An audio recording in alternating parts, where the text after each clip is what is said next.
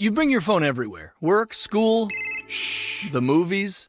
Now you can bring it to an Xfinity store for an easy way to switch to Xfinity Mobile, a new kind of network designed to save you money. You can get up to 5 lines of talk and text included with Xfinity Internet at no extra cost, so all you pay for is data. It's never been easier to switch to Xfinity Mobile and keep the phone you love. Click here to see how. Sorry, I gotta take this. Restrictions apply. Limited to select mobile phones. Requires activation of a new line of Xfinity Mobile. Up to 5 devices per account. New Xfinity Internet customers limited to up to 2 lines pending activation of Internet service.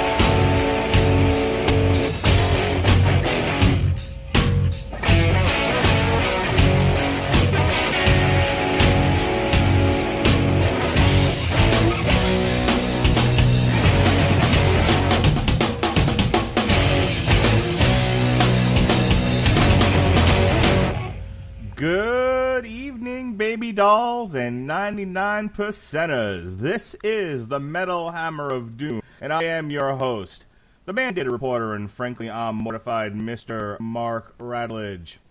Tonight on the Metal Hammer of Doom, we've got a treat for you.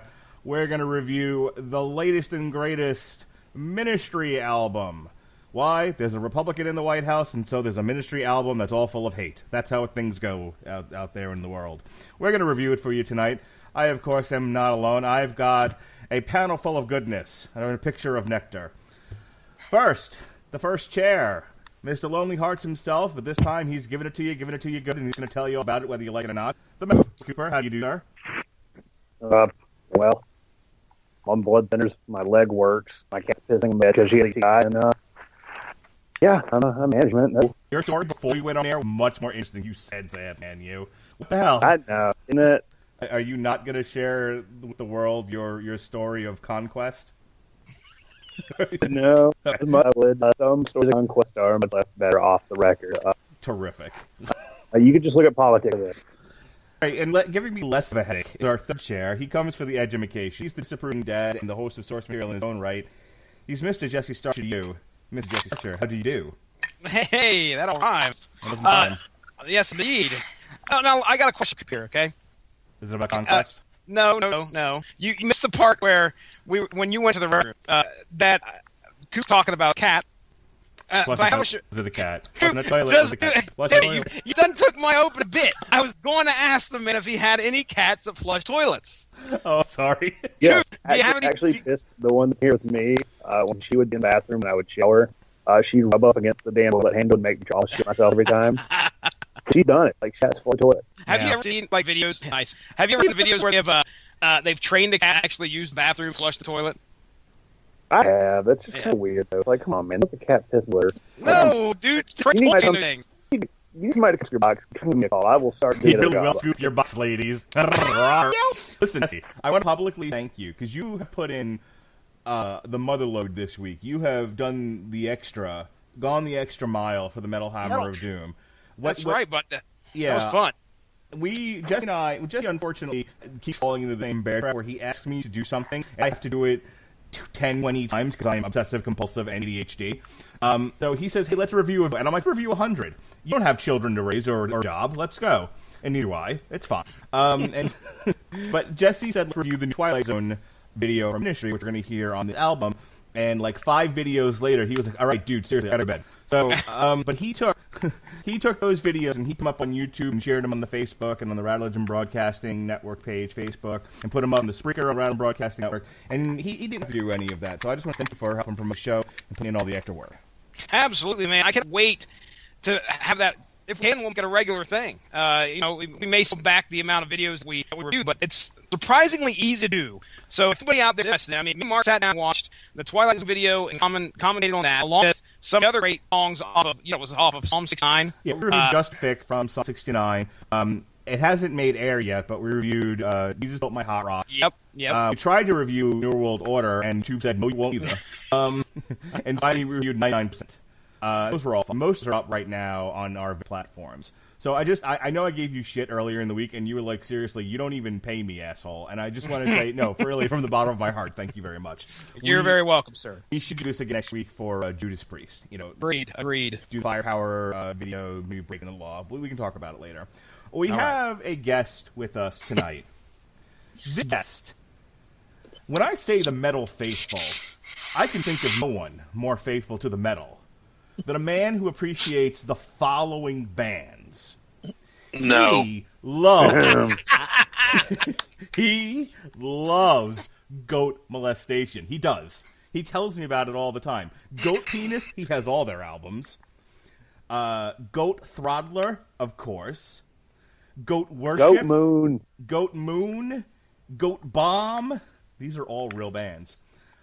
Goat Hammer Abortion. He loves Hammer Abortion. He loves all of these bands and has been berating me for not reviewing all of these bands, like Goat Core, Goat Christ, Goat Penis, as we've said before, and finally, coming soon to the Metal Hammer of Doom, featuring our very special guest, Goat's Ass Trumpet. Ladies and gentlemen, a man who loves all the goat bands. Your friend and mine, Ronnie Adams of the Screaming Boy podcast. How do you do, sir? I'm not your friend anymore. Do you know that in preparation for this bit, I looked up bands that start with goat just for you? I have no doubt. What about the classic vaginal blood fart? Oh, come on, man! Nasty. Boo. Yes. Ronnie Adams, how do you do, sir? I was pretty good until this started. Dude, have you ever wanted to hang up before an intro was over? Nope. Well, I mean, I do now. Ronnie Adams, you asked for this time here on the Metal Hammer of Doom. What brings you to our meager little show tonight, our little corner of the internet? Why did you want to be a part of the Metal Hammer of Doom tonight? Very insanity. Do better than that. Why are you here, sir? Well, I hear that my name is mentioned a lot on this show. It is. And amongst other shows that I'm not a part of. So I thought, why not? I'm a little bit country. I'm a little bit rock and roll. No. In all honesty, I think I want to do the show because I've never been on the show, for one. I've called in. I'm a little more versed in music than what you all think I am. I wouldn't say a metalhead back in the day, but I enjoy a wide range of music, and metal happens to be some of it. Not completely, versed on the stuff that some of the stuff you all cover on here. Especially not the bands that you mentioned. But I do enjoy the heavier fare of music. Can you give me your top 3 favorite metal bands, just to give us an inkling of where you stand? Besides Goat's Ass Trumpet. Oh my gosh. Well, I mean, do you want to go classic? Do you want to go hair metal? Do you want to? I just want your 3 top metal bands. I don't care where you pick from. Top 3 Iron metal Maiden. bands. Okay. Megadeth. Ooh. Good pick. Yeah, and I would probably have to go with Judas Priest. Oh goodness. Okay. Very good. Yeah. So, I used to listen to them all the time. I still do.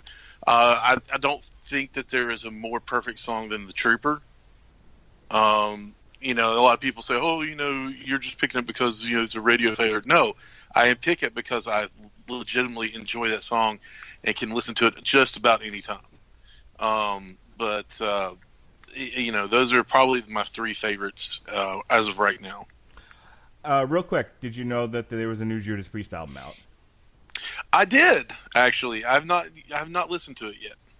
Okay. Well, we're going to be covering it next week right here on the Metal Hammer of Doom. Did we lose Robert?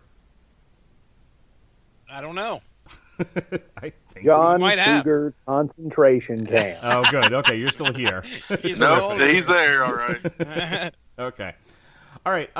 Before we get into the album, all right then. We're moving on from torturing Ronnie. I want to quick read this review of the album. I'm not going to read the whole thing, but I was talking on the Metal Hammer of Doom extras that we put up about sort of the life and times of Ministry with regards to the quality of their albums, and I put forth the thesis, and apparently it's a popular thesis, that Ministry's best stuff is when there's usually a Bush, but any conservative in the White House. And while that doesn't always follow, for the most part, it's true. Your mileage may vary on which albums you like more so than others, but there are certain albums of theirs which are universally deemed to be their better ones, and those seem to have been when there was a Bush and or a conservative in the White House since the 80s, starting with Reagan, obviously. So I just want to read this because I think this is a really good introduction to not only this album, which was obviously recorded in the midst of the Trump presidency, and I would be remiss, I guess is the word, if I didn't tell you there's no way to talk about this album without at least touching on politics. Now, this isn't this isn't any one of my here just for the most unifying topic we can find. Politics. Sure. Politics. Yeah, there's no arguments going to come of this. No, but I mean, what you're not going to get is, this isn't any one of my former political podcasts or anything, but that's the driving force behind this album. It would be kind of hard to talk about it without at least touching on those subjects.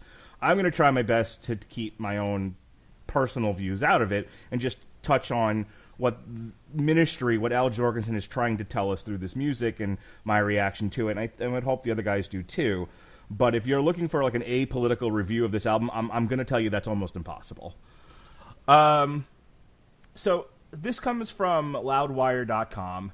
And, well, I'll read this real quick. I'll get you guys' reaction to it, and then we'll get into the first, or actually get into the second track, because I ain't playing that first one. It would be glib and facetious to say Ministry come to life under Republican administrations. And yet, frontman Al Jourgensen has created much of his caustic, aggressive music supported by various lineups when conservatives were in the White House. Ministry even evolved from an electronic pop group to a roaring industrial band when Ronald Reagan was the president. See, this goes right along with what I was telling you, Jesse. Mm-hmm. When George Bush was newly elected, Ministry fully built their industrial thrash arsenal, first with the groundbreaking 1989 album, The Mind is a Terrible Thing to Taste. And if you're wondering what to listen to from that album, just go ahead and go right to Stigmata. And their more metallic... I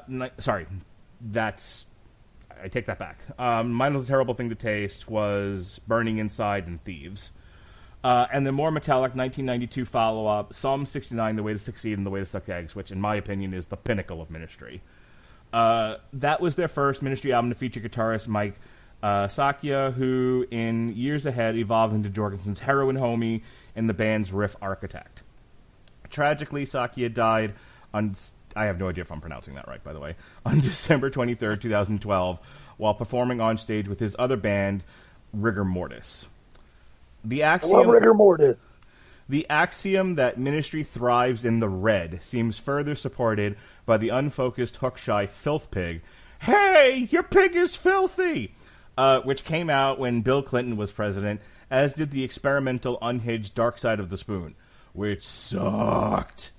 So far, so good. But that's where the theory of Republicans equal good, Ministry, Democrats equal bad Ministry starts to fall apart. 2000 Trees... Adamasa Samana, which Jourgensen has called his least favorite metallic Ministry record, and that's pretty true, came while George W. Bush was in office, and the creative team of Jourgensen and his perceived right-hand man, bassist Paul Barker, parted ways shortly after. Some viewed this as a tragic moment for the band since Barker had been with Ministry since Twitch, and the two played in a multitude of side projects. And this perceived debacle happened during the first Bush tenure.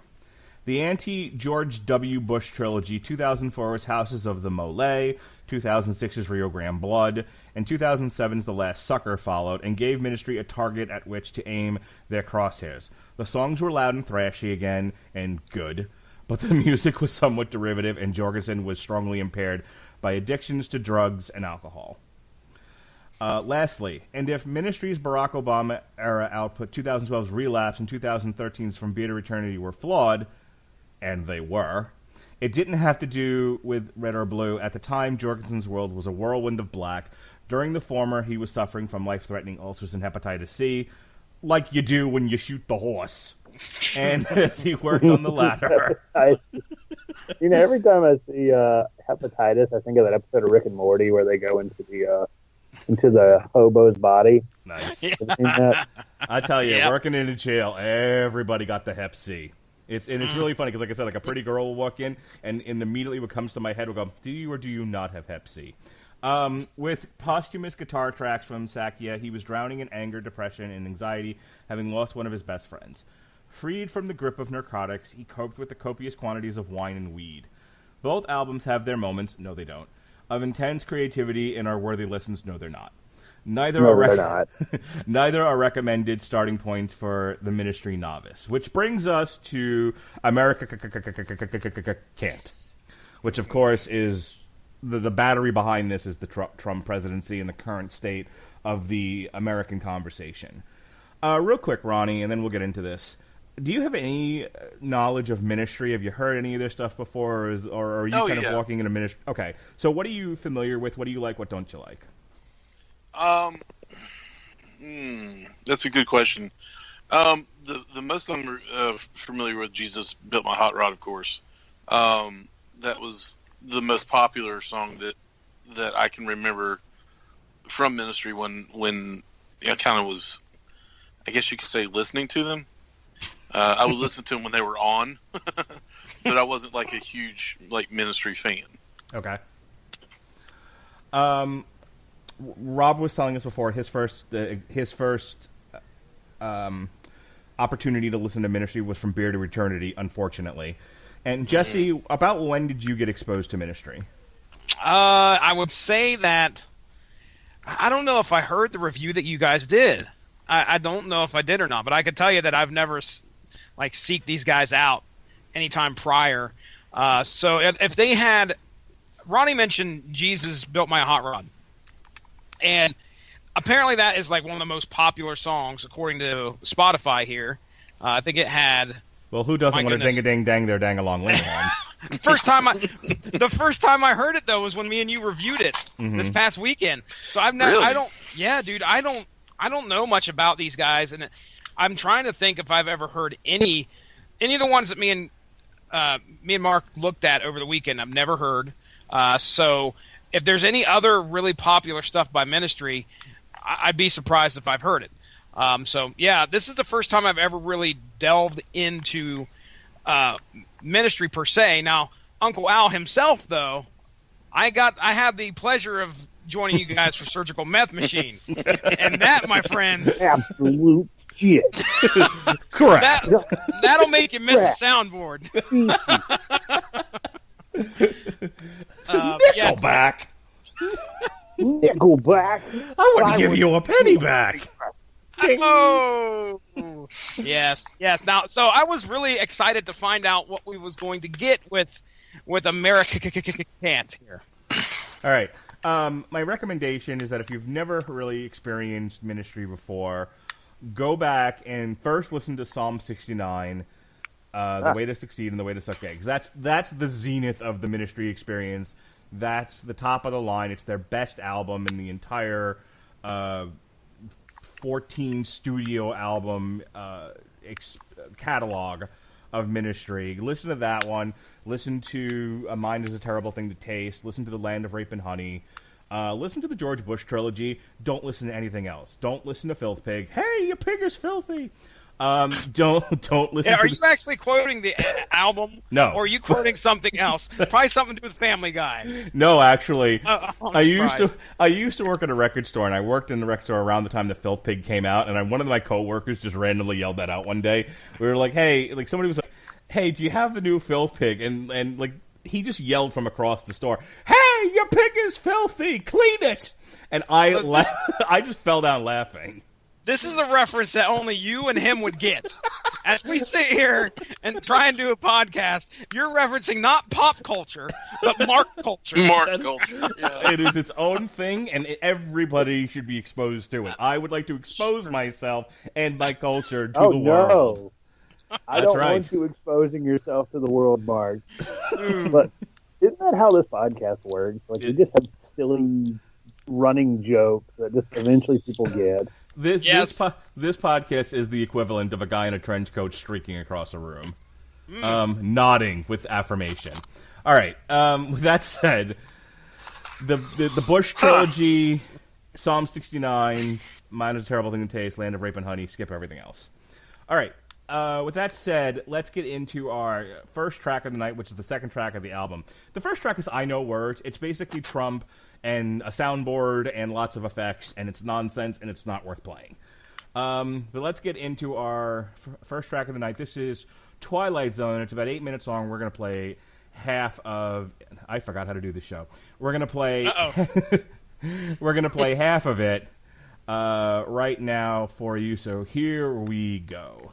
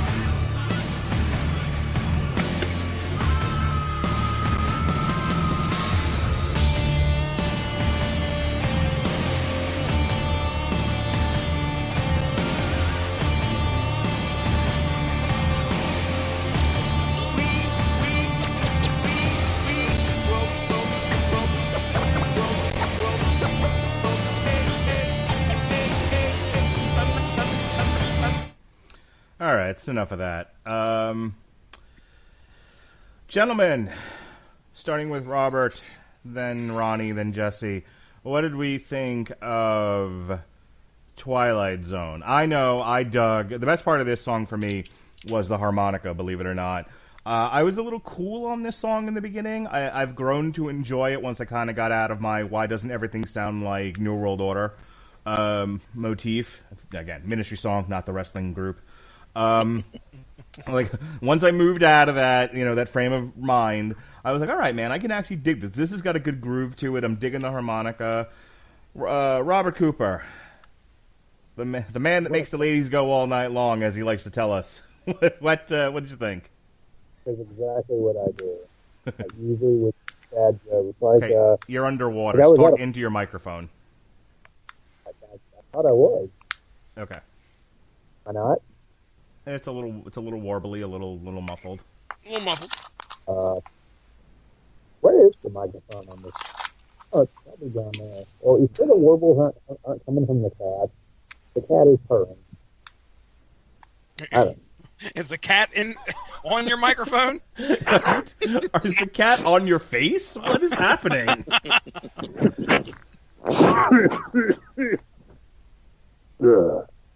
Is the cat in your throat?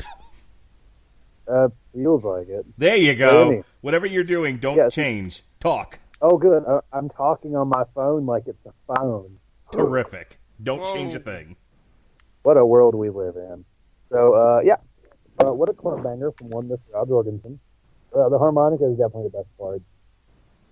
I dug that. By the way, so as I'm telling embarrassing stories, so there's this girl at a bar I go to, and I was like, pretty cute. So what did I decide to do? I decided to wait until I saw her outside as I was leaving, and I just said, "You're really cute," and just kept walking. Yeah. Because, thanks. And I'm like, "You're welcome," and then turned around and shrugged at her and walked off. I was like, huh. Maybe she wasn't a lesbian after all. Terrific. Put that on her T-shirt, Mindy. Metal Hammer Review. Maybe she's a lesbian after all. No, it should say Metal of Doom, maybe lesbian. Metal of Doom. Maybe lesbian. All right, Ronnie Adams. That's your first track to react to. I'm doing. The cats. Wow. That is my reaction. Cat noises. No, I really dug musically. This song was I really dug it. Like you all, I believe the harmonica was my favorite part. It took forever for the lyrics to start. So, speaking of soundboards, they really had fun with a soundboard on this album. Oh yeah. So that was kind of off-putting in the beginning, because it kind of reminded me of the opening track of this album, and then finally they started actually singing. Lyrics started coming in, but it was. I enjoyed the actual the music of it. I thought it was a really cool song. Put me in the mind of some. I guess you could say, I hate to say it, but wrestling entrances. Okay. It's definitely kind of reminded me of Big Daddy Cool Diesel, right? Yeah. I think it means more diggity dog. That's some WWF No Mercy right there. I know all about that. Diggity dog. Well, hey, let me tell you. Track 1, track 2. I was digging it. I was really impressed. I liked it.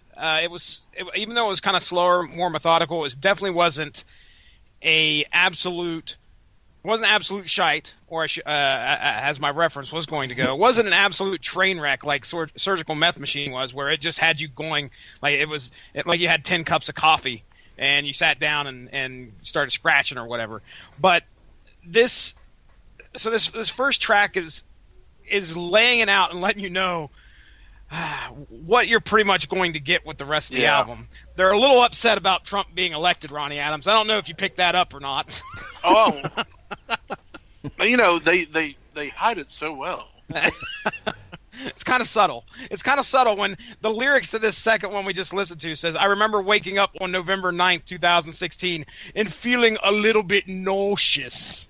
I'm like, okay, all right. Yeah, you and about half the rest of the United States. But guess what, ladies and gentlemen? It's 2018. We're still here. It's okay. It's all right. Jorgensen, just keep making your music and you keep making your money. Did we say we weren't going to get political on this podcast? No. Say what you say. I mean, look, I have some thoughts. I have words. I have thoughts. So say what you feel, Jesse. No. I mean, look, I'm one of the least political guys you'll ever meet. Okay, I really could care less. As you get older, for some reason, you tend to care a little bit more about politics, and I've started to realize that I do, and I wonder to myself, usually about once a week, like, what changed? Is it because I've started paying attention to what's going on around me more? I'm not a kid anymore, and I just don't go into life oblivious as I used to be. And then I really regret the fact that I give a shit sometimes, but clearly these guys care about political venues or their political opinion. I mean, we talked about a song called 99 Percenters. And one of the things that we made sure to point out is that, and Mark, I think it was you, it was like, what did you guys do? What did you do? And most of like what it seems to come from this album and what we've heard before, and I'll cut it short here in a second. It feels like these guys are inciting the second half to rise up and do something against whatever they feel needs to be changed. I'm all for if you want to state your opinion, but it just isn't as bad as I think these guys make it out to be. Jesse, I really agree with you on that because it sounded like to me the entire album with the cool metal riffs and the music in it that they are looking to be the soundtrack of an uprising. And what they're everybody's entitled to their opinion. Everybody. Even if I don't agree with you or anything like that, I still you are allowed to have your opinion and to voice your opinion. But the thing about it is a lot of times I don't care who it is on both sides, they don't. There's no respect for anybody else's opinion, or if they're allowed. Nobody's allowed to have in their eyes an opinion that differs from yours or from theirs, I should say. So a couple things. One, there's this idea, if something along the lines of if you're a kid and not a liberal, you have no heart. If you're like over 30 and I'm mangling this, but like. If you're under 30 and not a liberal, you have no heart. If you're over 30 and not a conservative, you have no brain. And I used to kind of believe in that. What I've come to discover is that when you're a kid, whatever opinion you have, and there are kids that have a conservative bent to them. Most kids are kind of liberal because like most kids are just obsessed with fairness. Everything has to be equal. That comes right out of like developmental childhood stuff. But what I've come to realize is that when you're a kid, when you're a teenager, and you're maybe your early 20s, you think your opinion is the only one that's right.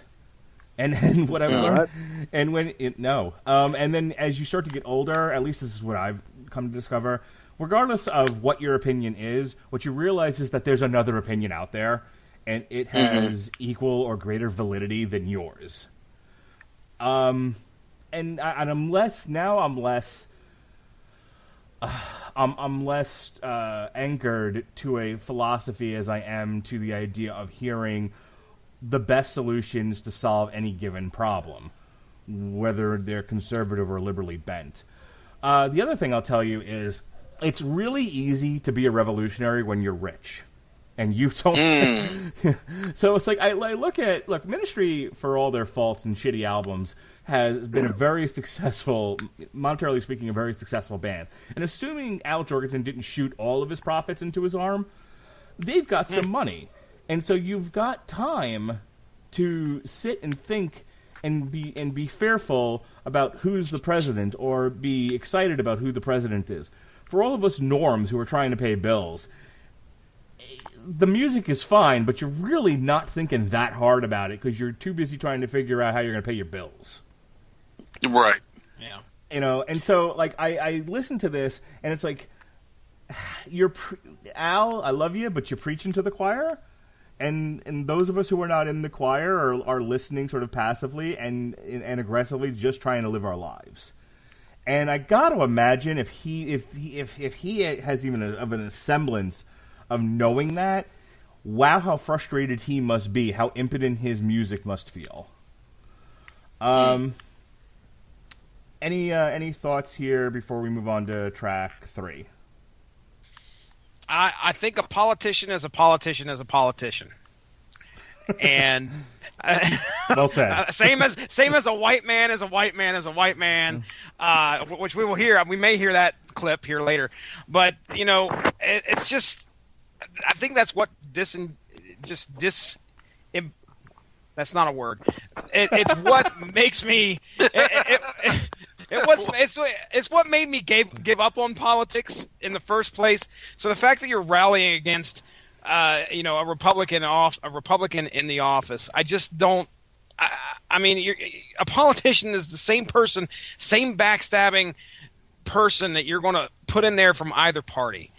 So it's just you're going to have corruption. You're going to have all sorts of horrible stuff. So, continue, Mark Rattle. Let's get to the next track, because the next track is my favorite. Okay. I had a third point, but I'll play more music and then I'll come back to it, okay? So, here we go, along with our shoe. We're going to go to the next track here. This is Jesse's favorite track. This is Victims of a Clown. Victims of a system that makes men torture. The hate of men will pass.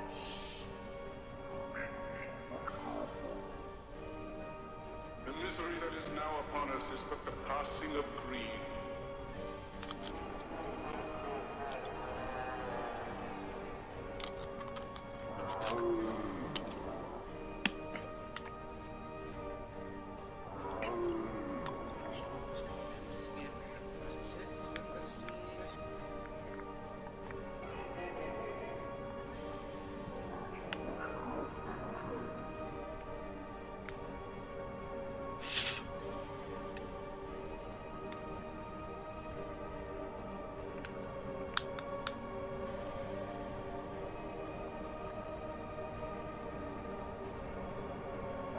We all want to help one another. Human beings are like that.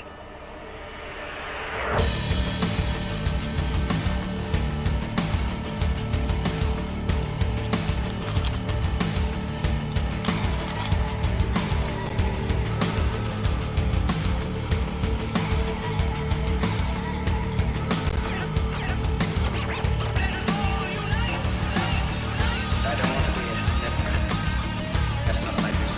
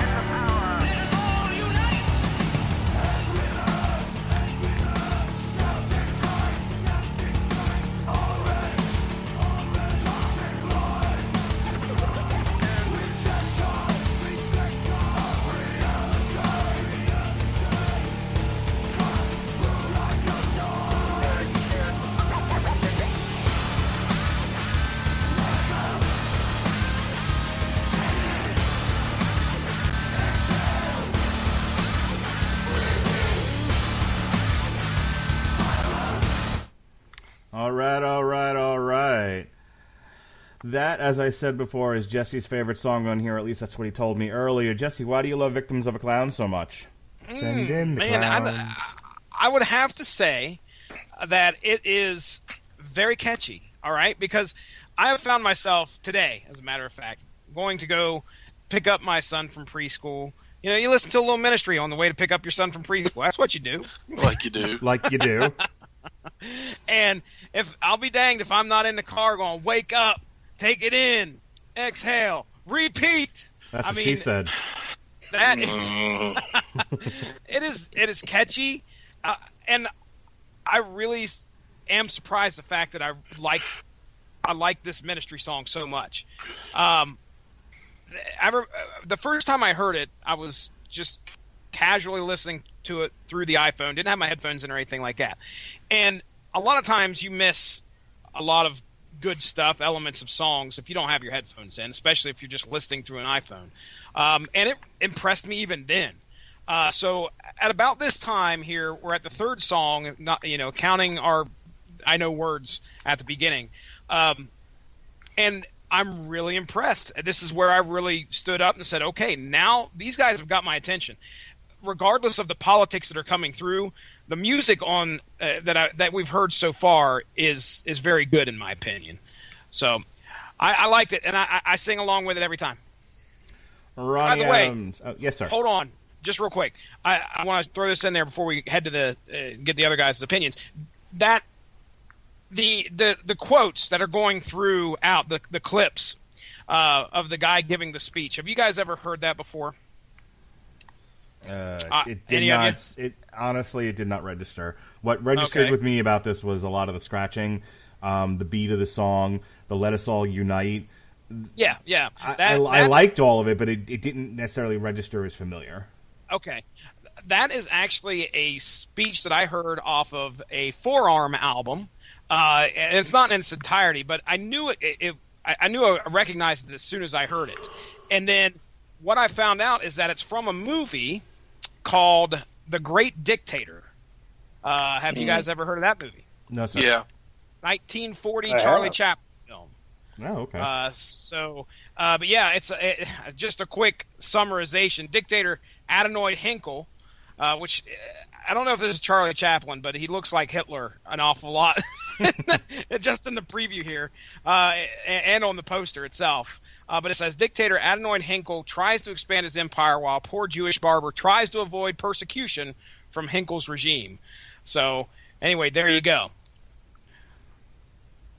Go ahead, Continue. Ronnie. I'm done talking. Go ahead, Ronnie. I'm done.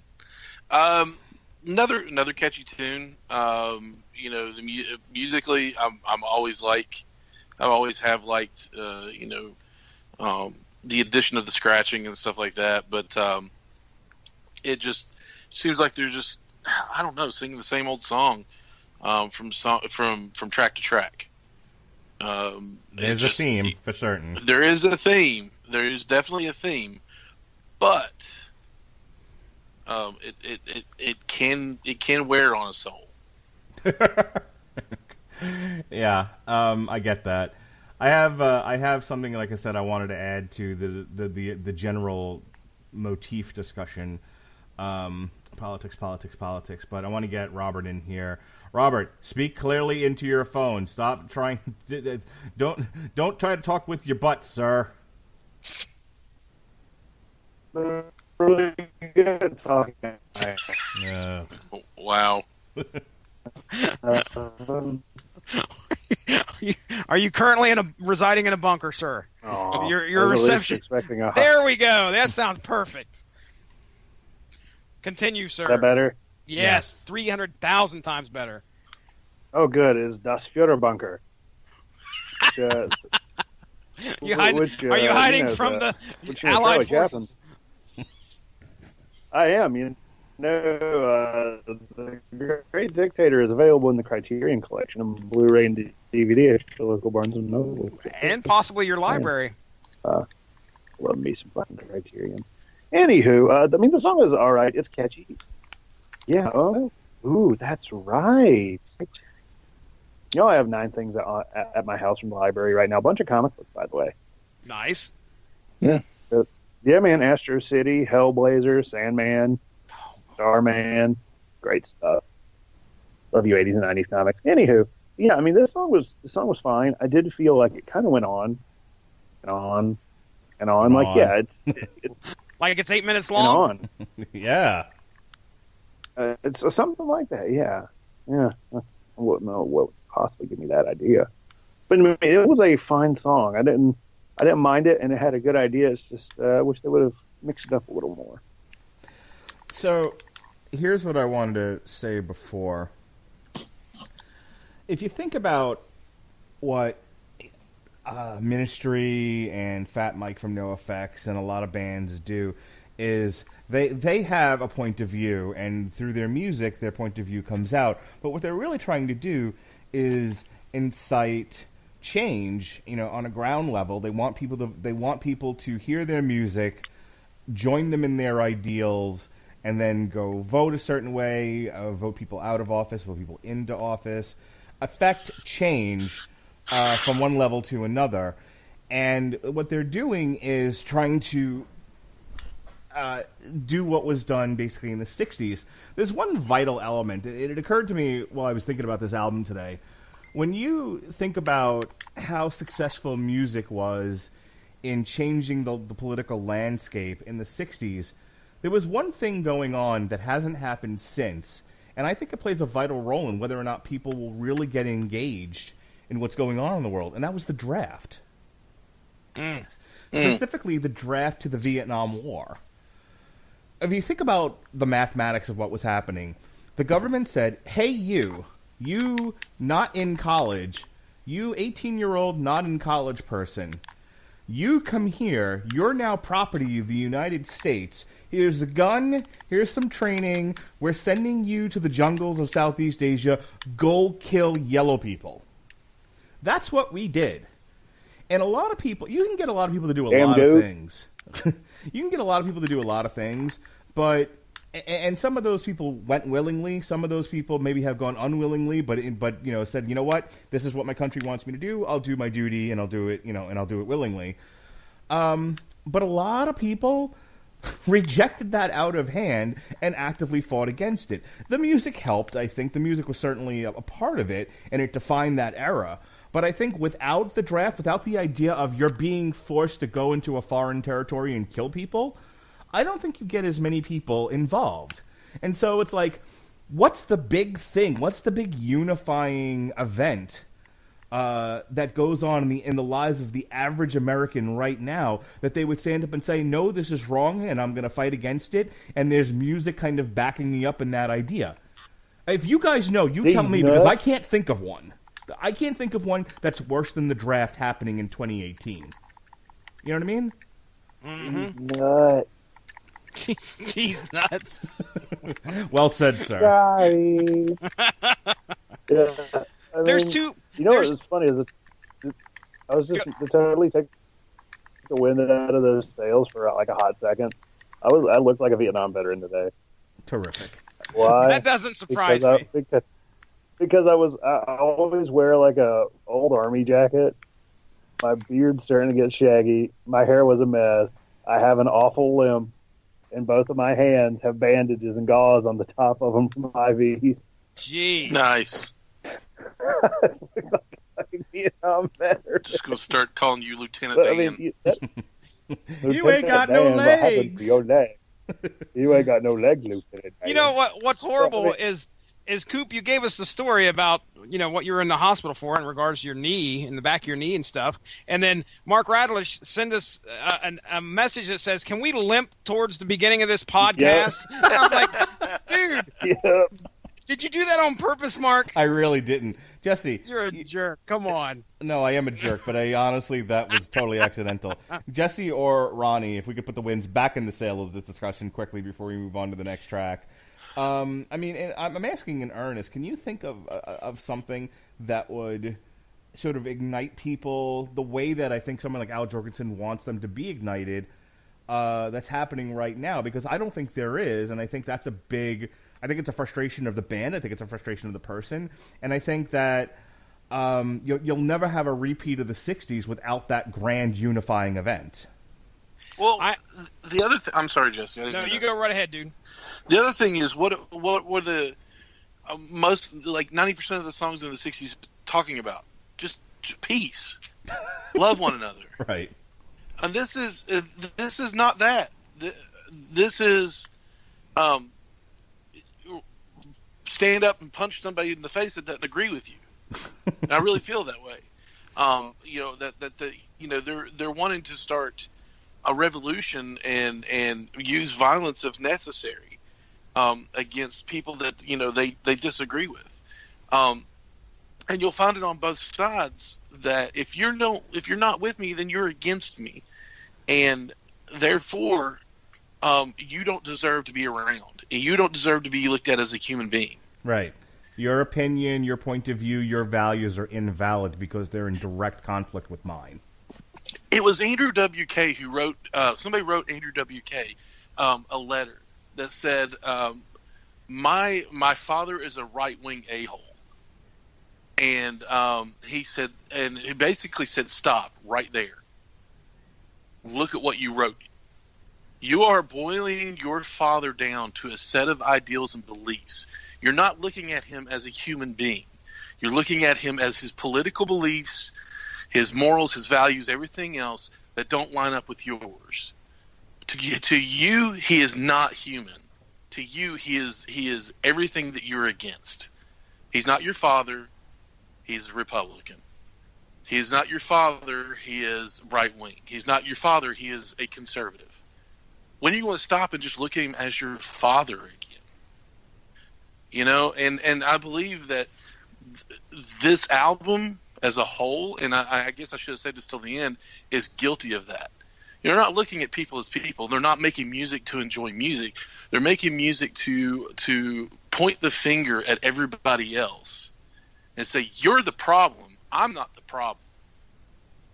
When we're all the problem. I'm going to let you jump in here, Jesse, but I have to say this because it piggybacks on what Ronnie just said. There's a lot of articles being written. I follow on Facebook a group called Intellectual Takeout, and your mileage may vary with how well written some of this stuff is or how poignant it is, but a lot of stuff that comes up on Intellectual Takeout is sort of the death of the ability to have a conversation, and that goes to exactly what Ronnie is saying. When you're not willing to view the person you're talking to as a person, they're just an opinion, they're just a set of ideas. It's really no different than what the military does to people to get them ready to go into a fight. It's dehumanizing. Ronnie and I can tell you right now, nobody on this podcast fully agrees with one another. And we're not just talking about music. We're talking about values and political ideas and everything. I just know from talking to you guys, we don't all agree 100% on everything. But not even close. But I've never once been disinterested or felt your opinion was hostile in some way or devalued you as a human being. But that's what happens. I've experienced that as in my 30s and now in my 40s with some people where they're so closed off to the idea, and this is what I was saying before about you get to a point where yours is the only opinion that's valid and everybody else is invalid. Well, that's not a place to start a conversation from.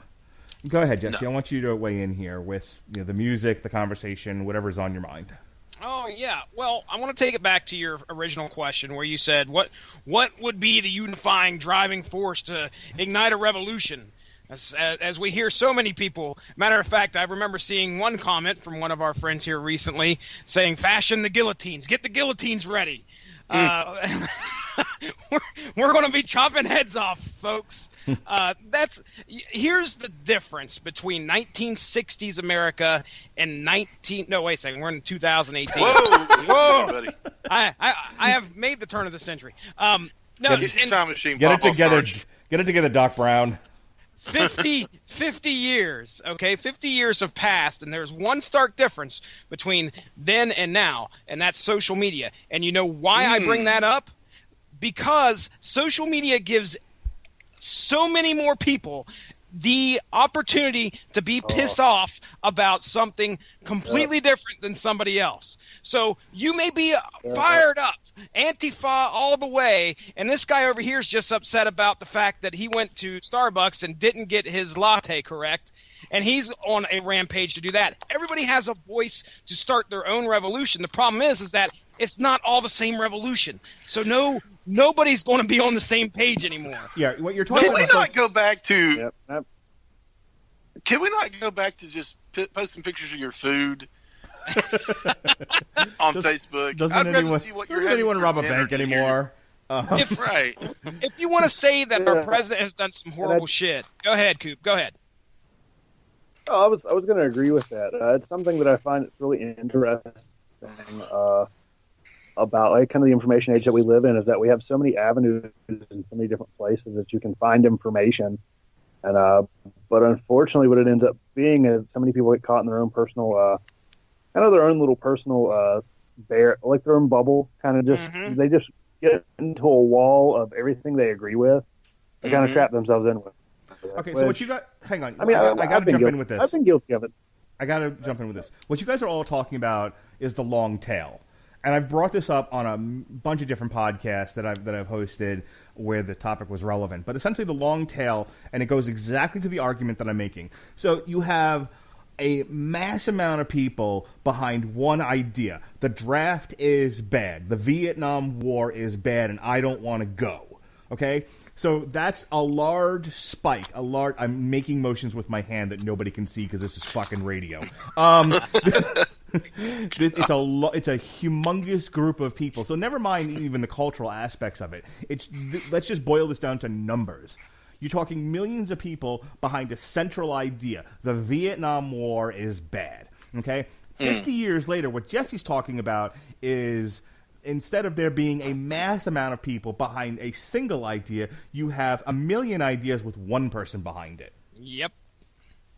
That's the long tail, which I would recommend everyone go to Amazon right now and buy the book, The Long Tail, which talks about technology, but it takes this phenomena and explains it better than I ever could. Read The Long Tail. Go get it. And I also feel like what is different now than what was then. Like, look at the draft, or look at the fucking Nazis. The Nazis were like the bad guy. Well, what were they doing? They were killing like millions of people in ovens. Well, they were the Razor Ramon of Germany. Like they were. Wow. Okay. He's the bad guy. Oh God, poor Scott Hall. Pretty much Razor's dead everybody into those deaths. Right in the oven. Wow. Oh, Lord. That's horrible. That is horrible. You asked to be on this podcast, sir. Is that's what's so different about then now is that like perception is such reality now, especially when you talk about those the term I was looking for earlier was echo chambers. Nobody is the bad guy anymore. Everybody is justified in their own opinion, and that there is no right and wrong, which I can kind of agree with in some ways. But at the same time, I think that's why we also have so many divisions, is because so many different people think something else is to blame. There's no one unifying force, as you mentioned. There are no Nazis. Well, even the Nazis get sensitive. So. Yeah, what you're trying to talk about behind whoever's moving the microphone around is who are eating chips. I don't know. Ronnie is eating the microphone. Was it because I was flipping my headphones back and forth and there might be a microphone on them? Maybe. Oh, wow. Are you kidding me, Coop? You just found the microphone. Is that the microphone? Dude. Yeah, that's the microphone. That looks Speak into the microphone. Shit. Daddy, I forgot how to podcast. You really? I'm sorry, Daddy. I have not used these headphones for podcasting material. What you're talking about is really the rise of cultural relativism. You know, the idea that there is no right or wrong. It's all relative. Which leads to some pretty horrible things. It's certainly one of the things that conservatives rail against. Conservatives. The argument is always whether or not you agree with this is sort of irrelevant. But the conservative argument always stems from there is a good, there is a bad. There is right, there is wrong. the liberal argument always tends to be, no, things are all relative. There's no such thing as good and evil. It all depends on your point of view, your frame of reference, et cetera, et cetera. And this is why a lot of those ideals clash when you boil them down to their brass tacks. This is all a great conversation leading into the next song, which is my favorite off this album, quite frankly. It's called We're Tired of It. We're tired of it! We're tired of it! We're tired!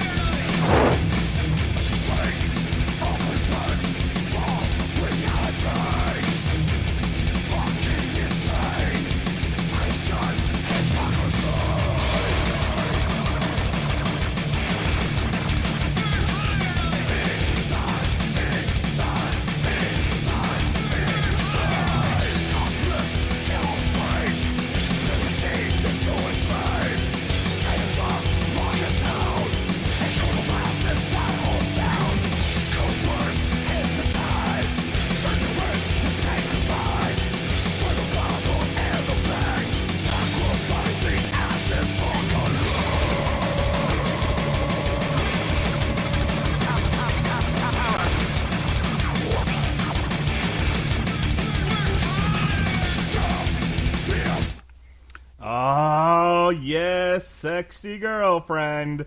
That's my favorite off of this. We're tired of it. I did, in fact, skip the fourth track on here, which is TV5 4chan. Get it, 4chan. For those of you that don't know or not familiar with Ministry, on a couple of their albums, they do these things called TV, and it's TV1, TV2, da-da-da-da-da.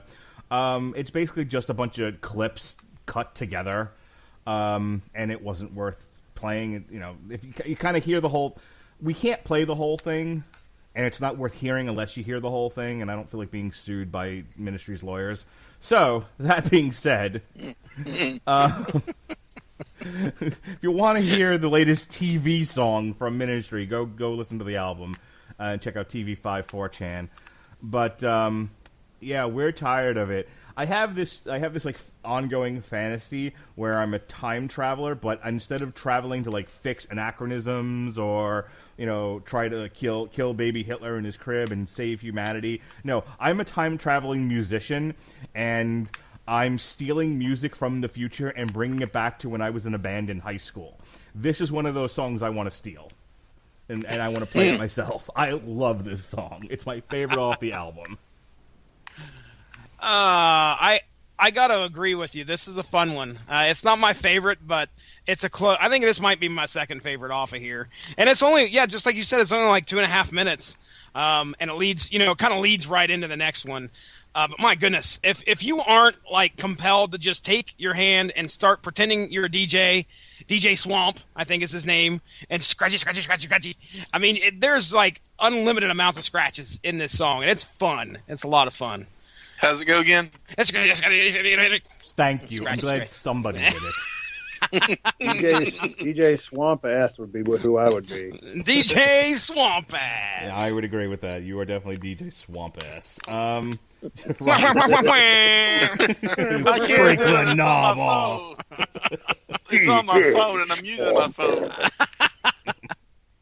Ronnie, what do you think of that one? Almost went to my mom's jam voice. I can't tell you what the song's about, but I can tell you they're tired of it. Shout out to Mindy, who wants to make us a Metal Hammer of Doom shirt that just says, "We're tired of it." It would just say, "We're tired." We're tired. Yeah, with Z's coming out of it. That's true. Robert, what did you think of that one? That is a really, like, in terms of, on a scale of 1 to chlamydia, that is very catchy. Like, yeah. You like that? That's very good. I like that. I really enjoyed this song, though. Like, it's really fun. Yeah, like, it's funny. I don't really remember much from Beer to Eternity. I think, because it was just so unmemorable. Kind of like I was doing one of those, I think it was Sporkle, the quiz site, and they had to name all the Megadeth songs, and I realized I couldn't name a damn thing off of Super Collider for a reason. Yeah, well, I was having some trouble on Dystopia as well, but that was just because I've only listened to it like 3 times. But seriously, like, From Beer to Eternity was so unmemorable and boring. Like, this album isn't necessarily like the greatest thing ever. It is repetitious in some ways, but this song really is different from a lot of the other ones. It's got kind of the death growls going on. It's got a real, like, just little earworm of a hook going on. It's really fun. Mm-hmm. But I feel like this album has a lot more of that than what I remember from Beer. I remember From Beer to Eternity just being a slog. It's like dragging your nuts through glass. It was just... Wow. Ow. Yeah, I can't disagree with that. We actually had a comment on our... dragged his nuts through glass. We had a comment on one of our Metal Hammer of Doom extras. I want to say it was for Twilight Zone, and our friend of the show, I guess, said, "Oh, I didn't think From Beer to Eternity was that bad." And I respect your opinion, and you're wrong. It's terrible. This is a friend of our anybody we'd recognize? No, not a clue. Okay, but if he commented on one of our videos, he's a friend of the show. Even though absolutely. Even though you're wrong, suck it. Well, as long as it wasn't my daughter again, I think we'll be all right. I mean, because she was upset we were doing React videos. Dad, don't do any React videos. Went on her own YouTube site and commented on one of our videos. Thanks, Kira. Is she happy I wasn't on that podcast? Because then your daughter would have had to hear the word "fuck" 10 times. So, does she think that, like, we're putting our faces on YouTube? And she's like, I don't want people to recognize you as, like, something along those lines? Like, what exactly? More along the lines of, she doesn't want me to be on YouTube at all, posting anything on YouTube. Well, tell her that ship has sailed and gone to trust me, space. She can complain all she wants. I'll just sit there and play some Perry grip for her and then make her leave the room. So there's a cat. Flush in the toilet is a cat. Flush in the toilet is a cat. Flush in the toilet. This is going to be for the next hour, guys. Sorry. He's a cat. Flush in the toilet. Anyway. He's a cat. Flush in the toilet. Meow. Meow. All right. So this next one is more or less about our unfortunate love of military weapons and their uses, which is, of course, to go to war with people, hurt people, etc., etc. This one is not the L7 Wargasm, but rather Ministry's Wargasm.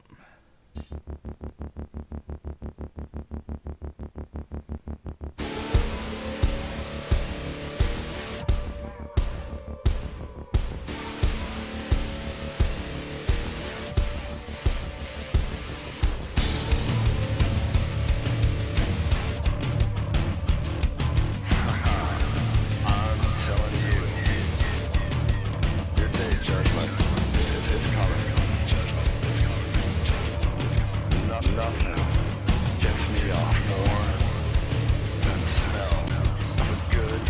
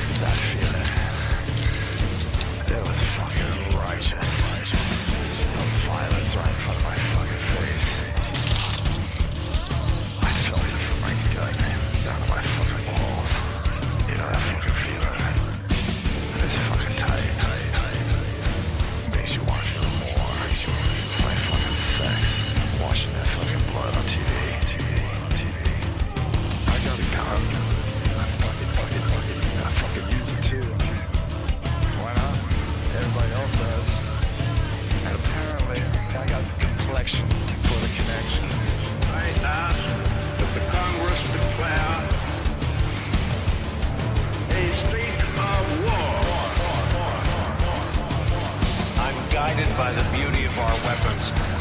And they are beautiful pictures of fearsome armaments. What did they hit?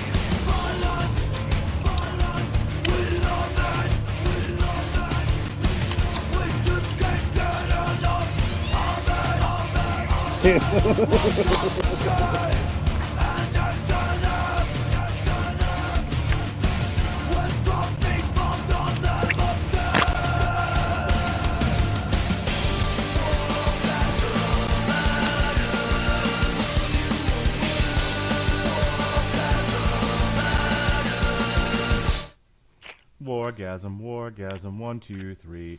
Tie yellow ribbon down the old oak tree. All right, that's still L7, not the ministry. All right, Robert Cooper, gold giggles there in the background. What did you think of that one? That song doesn't really even get going until right towards the end, where they're talking about the Moab, the mother of all bombs, and you get this. The whole thing behind the song is, "Ooh, aren't our weapons sexy?" There's like a whole, sex and violence vibe going on with this. It's like, oh, I'm getting hard as a rock here because we blew some shit up. That's the whole motif of the song. But what did you think of it there, Robert Cooper? I was giggling because I heard a door. I heard like a door creak open, and then there's what is that goddamn noise? Ronnie Adams eating chips. Is he fucking eating chips or? No, I'm caring for my dog. It's one thing when one of our children interrupts the podcast. They're unruly. We have to deal with them. We must beat them on the podcast. But now we're having to factor in what happens when Ronnie Adams' dog interrupts the podcast. What the hell, man? He had to pee, and I don't want him to pee in the floor. How do I bark in an Indian accent? Hey, woof. You don't. Hey, woof, woof, Bow wow. Hello, my name is Sam. I will be your customer support. I will be your Dell's customer support representative today. How may I help you? Bow wow wow, yippee yo, yippee yay. Wow, yippee yo, yippee yay. Anywho, so this song was honestly, you know what? A lot of this album to me feels like when people do remixes of like news clips. Mm-hmm. Like this really feels like. Thank you. I mean, right? That's what a lot of it is. It's just like Al, you could be a pretty alright DJ. Like he just listened to 8 hours of Fox News and threw some beats behind it. It's so true. The mother of all bombs. I think that's what he does. Holy shit! He's like, hey man, drop that beat. It's like. Next on Sean Hannity, Moab. Fuck it, we'll do it live. What? We'll do it live. News alert, news alert. Rider. Must do it live. If you listen to Fox News, that was really funny. Anyway, speaking of Fox News, Ronnie Adams, what's your thoughts? Really? Really? So apt. Oh my goodness.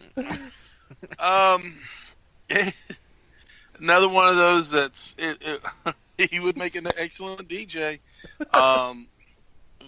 Okay, musically, I really enjoyed this album. Mm-hmm. I really enjoyed this album because it had a lot of great beats. It had a lot of, it was heavy where it needed to be. I enjoyed the DJ aspect of it. They're so talented as far as being a band, but lyrically it's asinine. And not in the way of I give her face a two, but her asinine. Good night. No, that's not what I meant. But it's just one of those things where I enjoy it musically. I think I can do that. But as far as it doesn't speak to me in the way it would speak to others. I feel like with this podcast, Ronnie walked into a gangbang and there's just dicks coming out of him from all sides, and he's like, "Whoa, I just wanted to use the bathroom." I just wanted to eat some chips. You just described that time at was it C? No, not CZW. Which one did you work for? XPW. XPW. Why does this have to come up? Yes, XPW. You know, that is exactly what it was. That time, that woman covered in cum wanted to ask you for a hug. First of all, it wasn't just a woman; it was Christy Mist. Let's not dehumanize her. I mean, let's not dehumanize the woman that was that walked out of a gangbang crying. Really, honestly. And she wanted to. This is what happened with Ronnie. Like, he's just sitting here trying to do his paperwork, and this podcast showed up covered in cum, being like, "I need a hug, Ronnie." Oh my gosh. Yep. Ronnie, when are you getting? Ronnie, when are you going to hell? When am I going to be on the next Metal Hammer of Doom? Yes. 3 weeks from never.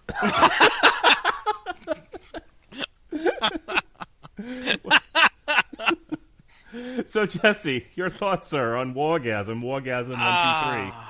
Yes, Wargasm. Hey, well, you know that fucking Toxic Holocaust covered that song? Oh, really? Well, hang on. Let me jump on the old YouTube.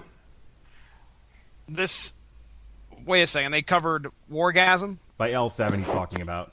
Oh, okay. Okay, gotcha. Wargasm 1, 2, 3. Let me get my thoughts out here before we go cover Nation. I want to say that I want you guys to focus on the content of this song, the fact that they have a voice that they're using to dispel our love of violence. Okay, I think that's what they're trying to say here, is that, hey, everybody, we are messed up in the head because we love to watch massacres occur, specifically the fact that our country will go to war and just lay out anybody who comes up against us, or do our best to blow them away and lay them out with the mother of all the bombs. And that's important, because the next song that we're going to listen to is a direct contrast. What we are, I believe, is a direct contrast. Still my talking point. to what we just kind of, the lesson we were just taught. So go ahead, Mark. Take us back to the bed. Put us under the covers. I was going to say that's actually not true, because the next song we're going to hear is a cover of L7's Wargasm. Oh damn! Okay, my bad. By Toxic Holocaust. Apparently a bonus track from the album Chemistry of Consciousness. Let's give this a whirl, because why focus on the album we're reviewing when we can listen to other shit? So here we go with Wargasm 1, 2, 3.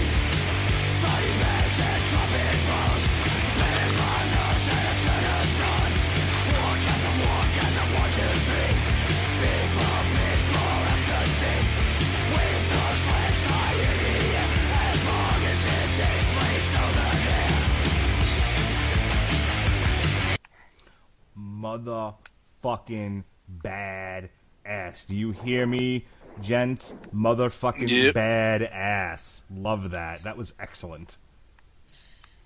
That was something. I fucking love Toxic Holocaust. I'm just saying. Yeah, they're fucking amazing. Toxic Holocaust is some ill shit right there. So anyone want to go and bet on how many copyright infringement emails I get tonight from YouTube? Anyone just want to go 50 on that? Anyone want to bet? All right. While we figure that out, let's 9,000. All right. So, Well- go ahead. I was going to say, there's 9 songs on the album. You played the next one, so I'm going to say 10 letters. If you better make sure, you don't go to Vimeo and play anything on this here podcast, please, or it's going to be completely blocked. That's all I got to say about that. Keep the Vimeo on the Vimeo and the YouTube on the YouTube. Yes. All right. So Jesse and I were kicking this back and forth, and I thought it was related more towards the Intifada. Apparently, it's not. Jesse was like, "No, it's anti-fascism. They just shortened it with an Antifa." Jesse, do you have any more? Do you have any more insight as to what the song is about? Because I think you were dead on with the anti-fascism thing. Yeah, let's go ahead and just read from the wiki, because we do that an awful lot here on the Rattlich and Broadcasting Network. Let's talk about what the Antifa says on the Wikipedia here. Now, Wikipedia, I could see this actual page being under a lot of fire from different people trying to edit it, but we'll just do first paragraph here. I didn't do that. The Antifa movement is a conglomeration of autonomous, self-styled anti-fascist groups in the United States. The principal feature of the Antifa groups is their opposition to fascism through the use of direct action. They engage in militant protest tactics, which has included property damage and physical violence. They tend to be anti-capitalist, and they are predominantly far left and militant left, which includes anarchists, communists, and socialists. Their stated focus is fighting the far right and white supremacist ideologies directly rather than politically. Now, some of those concepts I could get behind. Okay, that's me. That's my personal opinion. However, I'm really surprised you didn't just go, "That's me. That's my personal opinion, Mark." However, the song, the song we just listened to, again, it's pointing out our fascination and love of bloodlust and violence and mass destruction. And then we go to a song that we're about to get into here that supports, if you look at the lyrics, which I do have the lyrics up for this song, it supports and really proudly Jorgensen saying, "Hey, I'm behind these guys." And then after we listen to the song, I want to read a little bit from a reviewer that I just read that really put it on point. And Ronnie, I want you to go first before me, because I know you have a good point and you want to get your side across too. So, but yeah, let's listen to Antifa. That is the song title. Go for it, Mark. All right, here we go. Track 7.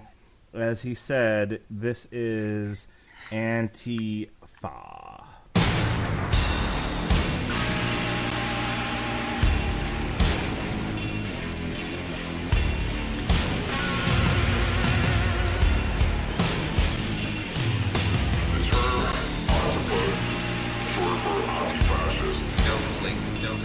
An organization which has a violent history in Europe and South America, but has largely been unknown in the United States until very recently.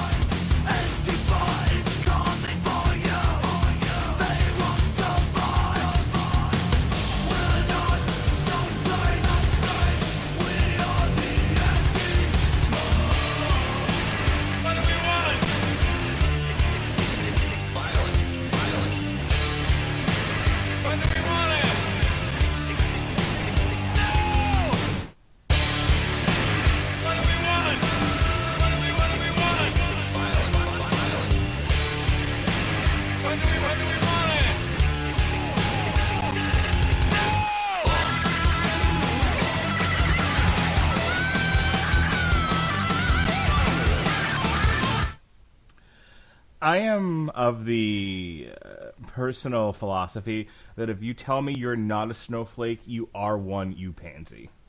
I'm just going to go say that. If you announce to people, I'm no snowflake, as it does in this song, you actually are a snowflake, sit down and shut up. Just going to say that. Hey, what do we want? I mean... Violence. When do we want it? Head. Now. No. Oh, fuck. I thought we were going to rake Al Snow references, Jesse.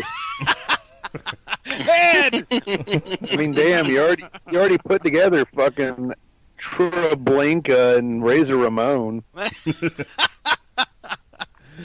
Wow. Go ahead, Jesse. You were trying to draw a reference to the lyrics.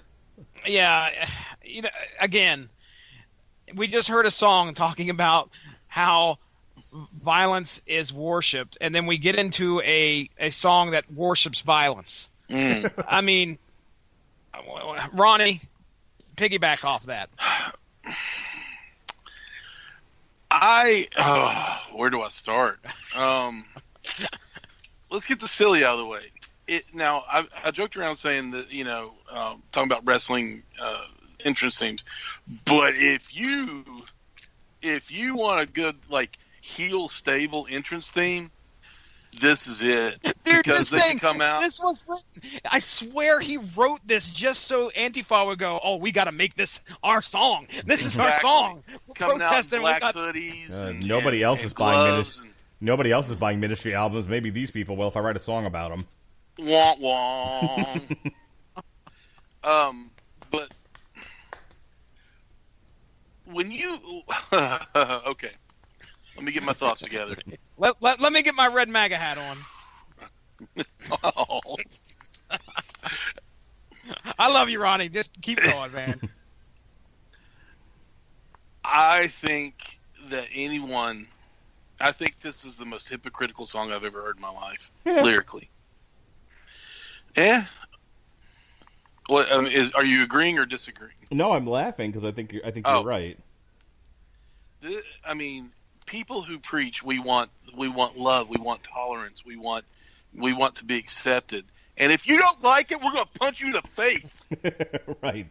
We declare peace, and if you don't accept our declaration, fuck you, we'll kick you in the nuts. Right. And because I have a more conservative point of view, and because I have quite a bit of a conservative point of view Nazi. compared to some. Like me.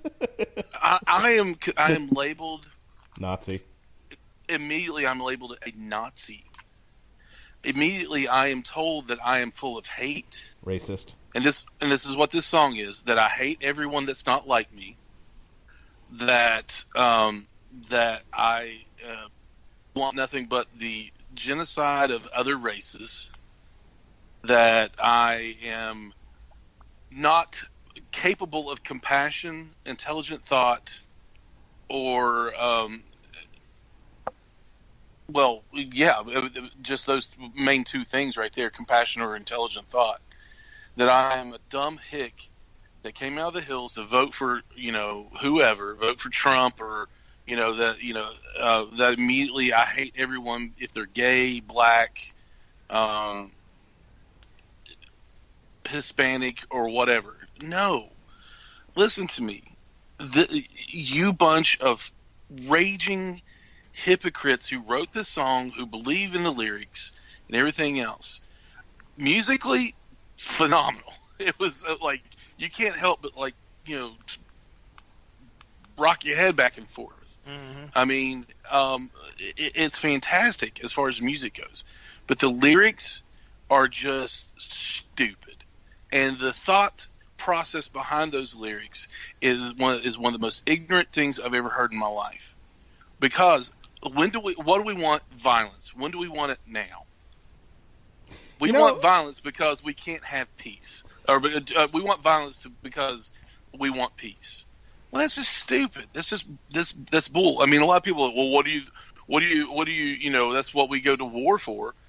I'm not here to talk about why we go to war. I'm not here to talk about, your thoughts on why we enter in to conflicts or anything else.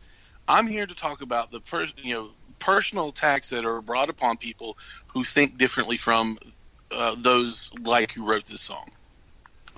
So, to piggyback once again on what Ronnie is talking about, one of the most successful revolutions in modern times was India's revolution, and it was Gandhi peacefully shaming the British out of India.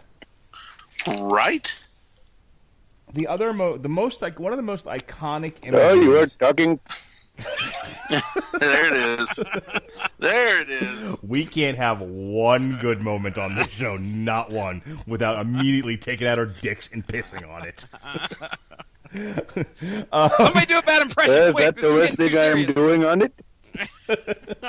I have a salient. It really was, though. Jesus. I swear to God, I have a salient point. Well, isn't it awfully nice to have a penis? Good answer. I miss my soundboard. Anyway. Isn't it often nice to have a penis? It is awfully nice. But the most iconic image in modern times that really sums up how you get further through peace and shame, basically, than you do with violence, which only begets more violence typically, is the one Chinese Chinaman standing in front of a tank in Tiananmen Square. Yep. Now, I realize I just undercut what I just said there by referring to him as a Chinese Chinaman, but fuck you, this is the Metal Hammer of Doom. Any salient point will immediately be pissed on and undercut. Let me, I'm here. Coop, I'd like to hear your thoughts on the song as well, but let me read this real quick, and then I'll turn it over to you here. So, Ryan Fala of MetalAssault.com gave this album a 1 out of 10. I mean, shat upon it. Wow. Wow, what did he think of From Beer to Eternity, the negative 10? I mean... He gave it a 7. I've looked at a couple reviews of ours, or a couple reviews here of this album, and they don't stack up to what I think of it. But let me read what he says about the track Antifa, okay? He says, Ministry dedicates an entire track to a harmless internet message board, and the track Antifa outwardly worships an extremely radical, violent political group in a way that makes it obvious Jorgensen is leagues out of his depth, his political depth. So, yeah, I mean, it's kind of obvious, and that's what's sad. It's a fun track to listen to, but you're like, dude, did you not hear? Why did you place this track after Wargasm? Why did you do that? So, Coop, I turn it over to you. Ignorance. Well, no, I know, because I think it's ironic. Hang on. In a weird way, I can see where Al is coming from. Because the government's love of war weapons and war itself is bad, and those people should be killed with violence. That's his argument. That's where he's coming from. The link to Wargasm, from Wargasm to Antifa, is literally... Our current politicians are bad people who worship war. We should kill them. I got an idea. Let's combine both songs into one and just title it, I'm a Hypocrite. But see, he would argue. And this is where I'm going to put my social worker hat on, my mental health hat, and I can actually see his point of view. I don't agree with it. I agree with you guys in the sense that this guy's, Al Jorgensen, we love you, Uncle Al, but you're an asshole. But I get where he's coming from. Let's take the politics out of it and just think in terms of idealism. That something is so. It's the would you kill baby Hitler if you had a time machine sort of mentality of if something is so bad, something is so evil that nothing short of its absolute destruction will do. Now you have to put back in the things that he's railing against. He's railing against the modern conservative political argument, the modern conservative political party. He's railing against all of that. And do those things really need to be destroyed with fire?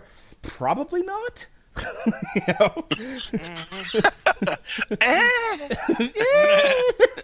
But I mean, this is where I agree with the one reviewer. I do think Al Jorgensen's very out of touch.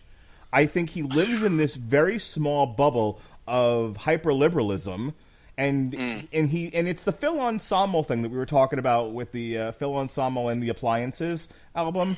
It's never going to get called what it really is. Let's just move on.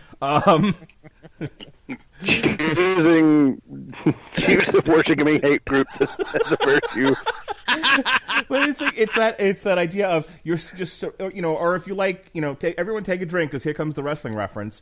If you think about like Vince McMahon, he's just surrounded by yes people and not even yes people, because if you listen to Bruce Pritchard, he does make a salient point of there comes a point where you just stop arguing with your boss. He's the boss. That's the way it is. That doesn't really make you a yes man as such. You're just like anyone else trying to earn a paycheck.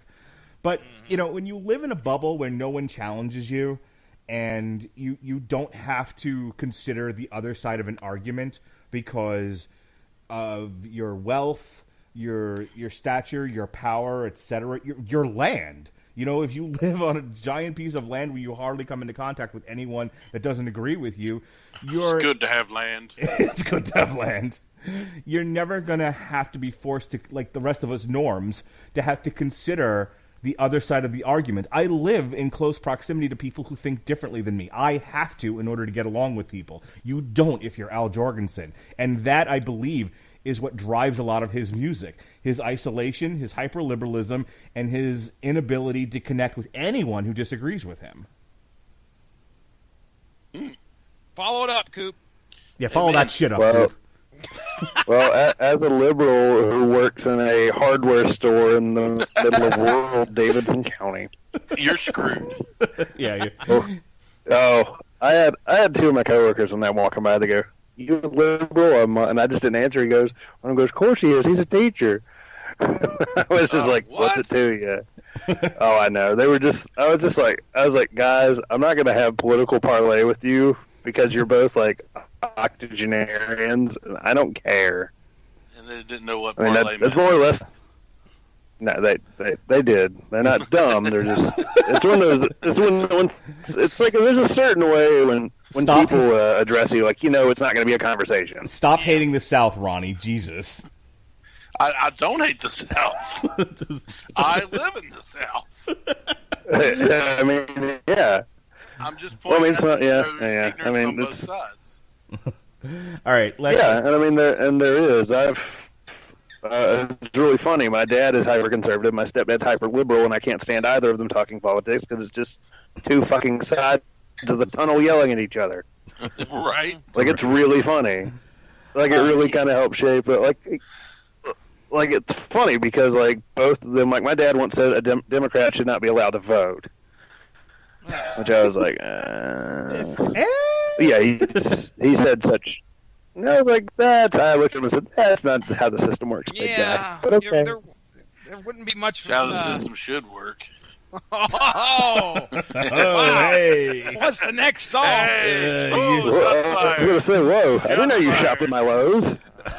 All right. Let's move on to our next song as we proceed to the end of this album. Good. We ruined the party. This is Game Over.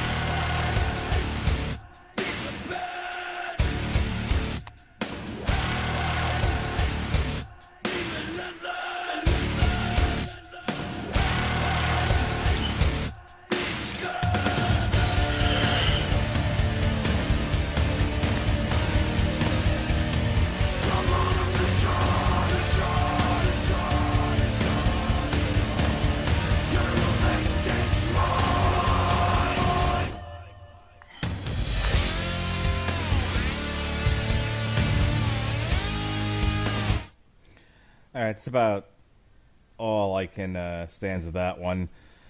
I feel like we definitely peaked with We're Tired of It, and then it was kind of a slow gradient of a descent into Orgasm and Antifa, and then a sharp drop to Game Over. I'm not saying it's terrible, it's not as interesting or fun as some of the other previous songs. I'll step in here real quick and just say I agree. I really think this album starts off strong, and we kind of end on a whimper. I know we haven't hit the last song yet, but this Game Over, man, Game Over. I had to do it. Okay, I'm done talking. I want to read my YouTube comments now. Terrific. Ronnie Adams of the Screaming Boy podcast. I completely agree. This was a not even a short drop. This was a long drop for me. This is one of the. I told you all that I listened to it. I listened to every song, but I didn't listen to every song completely. And this is one of the songs that I actually, it was just like, I'm tired of this, and turned it off. It had one of those. It had that effect on me, like, I'm kind of done with this song. So I didn't enjoy it at all, and I didn't even listen to the lyrics just to get riled up. Robert Cooper. It was a song. I didn't pay attention to the lyrics all that much. I was like, sure, Al. Sure. It's kind of like, when your racist grandma starts talking about how the coons are on the Fresh Prince of Bel-Air. Dear God. That happened once. The irony is that she lives in the inner city, like in the inner part of town. Of course she so does. She is surrounded by people of color. Good Lord. Hey, Ronnie, how was the podcast you were on tonight? I don't know, man. One of the guys yelled out, "The coons are around," and I just tuned out. I hoped it would end soon. I just laid back and I just laid back and thought of England. I cried a little. I mean, how was your night? It's nice to have a. It certainly is nice to have a penis. All right, let's quit wasting time here. Let's go ahead and play the last track of the night and wrap this puppy up. We haven't gone this long in a long time, but I think we had an extra person on and we had a lot to talk about here. Unlike some of our other shows, we're like, "Yep, that's the song. Moving on to the next one." So here we go. I think we're making up for the source material that we did, where it was just like Lara Croft, Tomb Raider. See you later. No, here's 20 minutes. Here's a 10-minute blooper reel. Yeah, here's a 20-minute. Here's a 20-minute gag reel because all we did was make fun of it. All right. Here it is, folks. Our title track. This is Amerikkkant.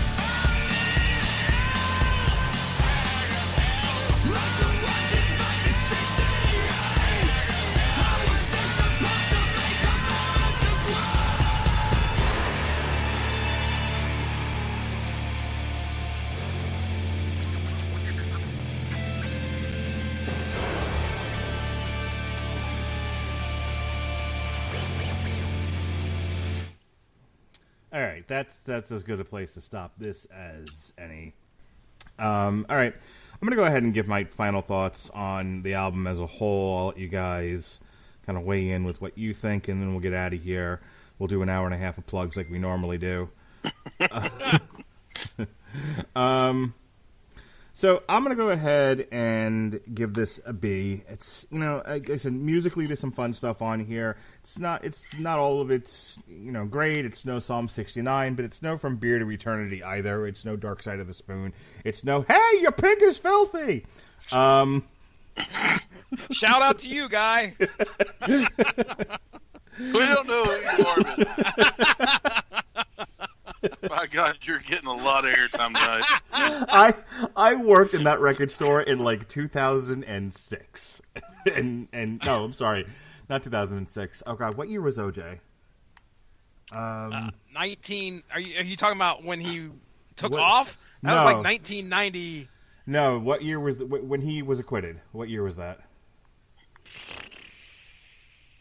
I want to say that was it was the 90s. It was 96. It was like maybe? 96. Okay, 95, so yeah, 96. shout out to 1996 when I worked in that record store, and I'm still doing that same bit. 'Cause I don't know. God, get some new material. Camille. How many wives has it survived?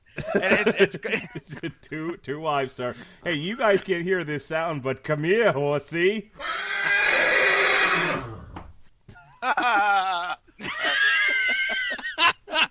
I don't know what to do. You react to something you can't hear. Wonderful, Ronnie. I love it. Spreaker. They can't hear the soundboard, but I can. I don't know what to do. All right, moving on. Would I recommend this album? I mean, if you like Ministry, it's fine. It's solidly in the middle to better of their albums. It's probably at the bottom pack of their better albums. I would say any one of the George W. Bush trilogy is probably better than this one. Rio Grande Blood, I think, probably being the best out of all three of those, and certainly being better than this one. Psalm 69 is still the best for my money, and if you have to listen to one Ministry album, that's the one you listen to. Cooper, go ahead and give your final thoughts here, sir.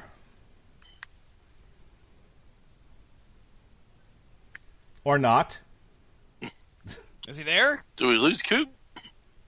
Ronnie Adams of the Screaming Boy Podcast, go ahead and give your thoughts. Like, musically, this thing was Been on goddamn great. mute this entire fucking time. Well, Welcome back, Robert Cooper. As he what an entrance. as he fucking T-bones you. Go ahead. I know, right? Listen, shut up for a minute, Ronnie. Robert Cooper was trying to tell you something. Robert Cooper, you go right ahead, my friend. Sorry, when he was talking about horsey sound, I was doing the bit, and then I started doing the wah, wah, wah, wah, and I was wondering why I wasn't getting any response. But now I know. Yeah, like this song really went on and on and on. Well, I'd say this album kind of drones in a way, but that's not to say that there's not good parts of this album. I feel like there's a lot of good musical ideas, and in terms of philosophy, damn, do I know what Al Jorgensen's thinking. Him and Dave Mustaine should go out for tea and kill each other.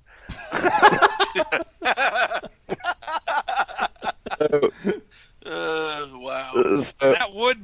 That'd be a fucking battle, man. It'd be fun to watch. I want that to be a TV show. I want Al. I just want like Celebrity House or or like Real World. Celebrity Deathmatch. No, I want I want Real World with Dave Mustaine and Al Jorgensen and Phil Ansamo. Please, someone do this.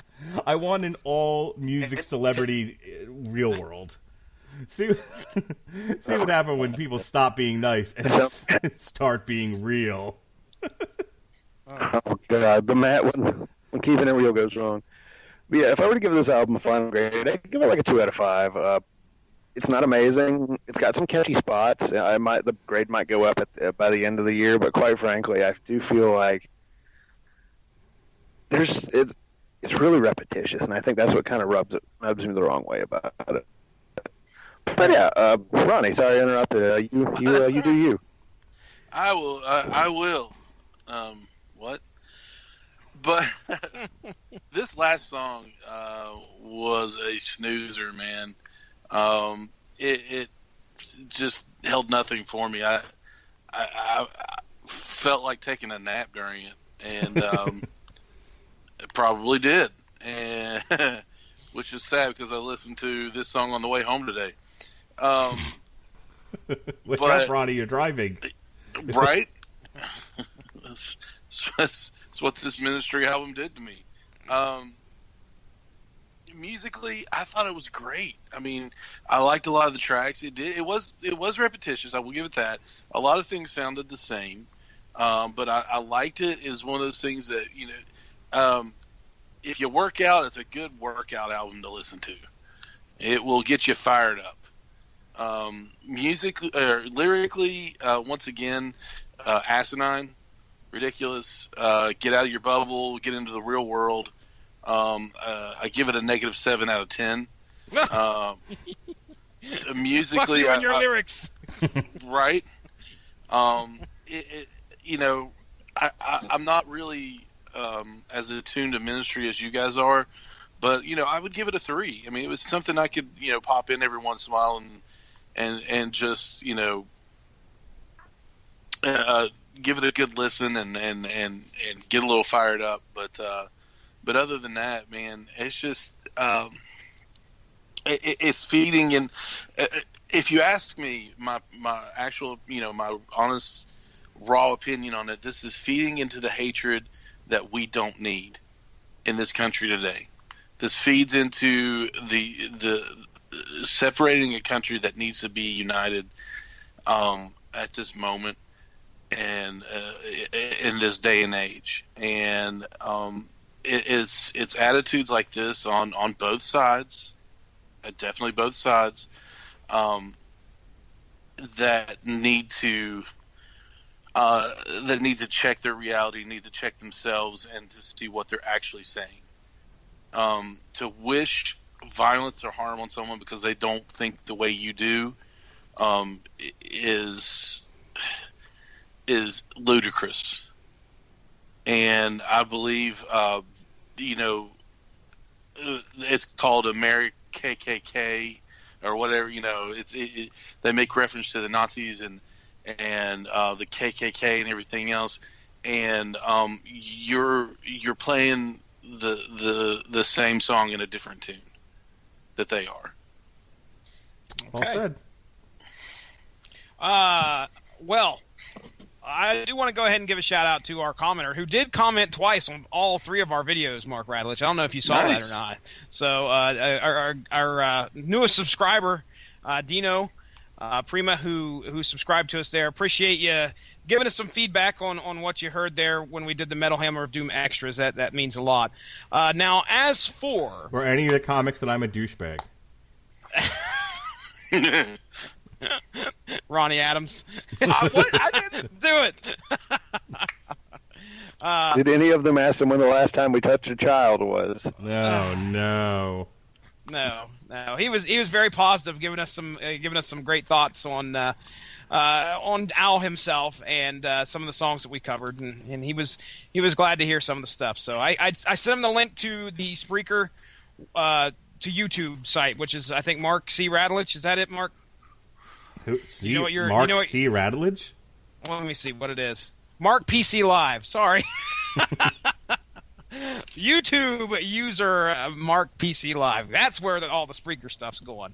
So anyway, that being said, okay, I will give this album I'm going to easily give it a thumbs up. I will tell you that when it comes to ranking, so far what we've got, this is going to come in at number 4 out of the 11 we've done so far this year. I like this album. I listened to it probably about 5 times today. It's an easy listen. Yeah, it does get a little toward the end, but there are more bright spots musically than I find that contrast to the lyrics. Yeah, I agree with Ronnie when it comes to lyrical content and a lot of the other people that say that have opinions on what he's saying. But there's also some of the stuff that he kind of talks about that I kind of agree with. But regardless, I think it's a good album. Compared to Beer to Eternity, I wish I could tell you one way or the other. Clearly, that one gets panned by the couple on here that listened to it and reviewed it. So I think we're taking a right step musically, but when it comes to what you want to be pissed off about, I don't know. Man, I don't know if there's a good Al Jorgensen out there without the rage and without the ignorance to politics. You know? I mean, if you smarten this guy up, we might not get so great a record.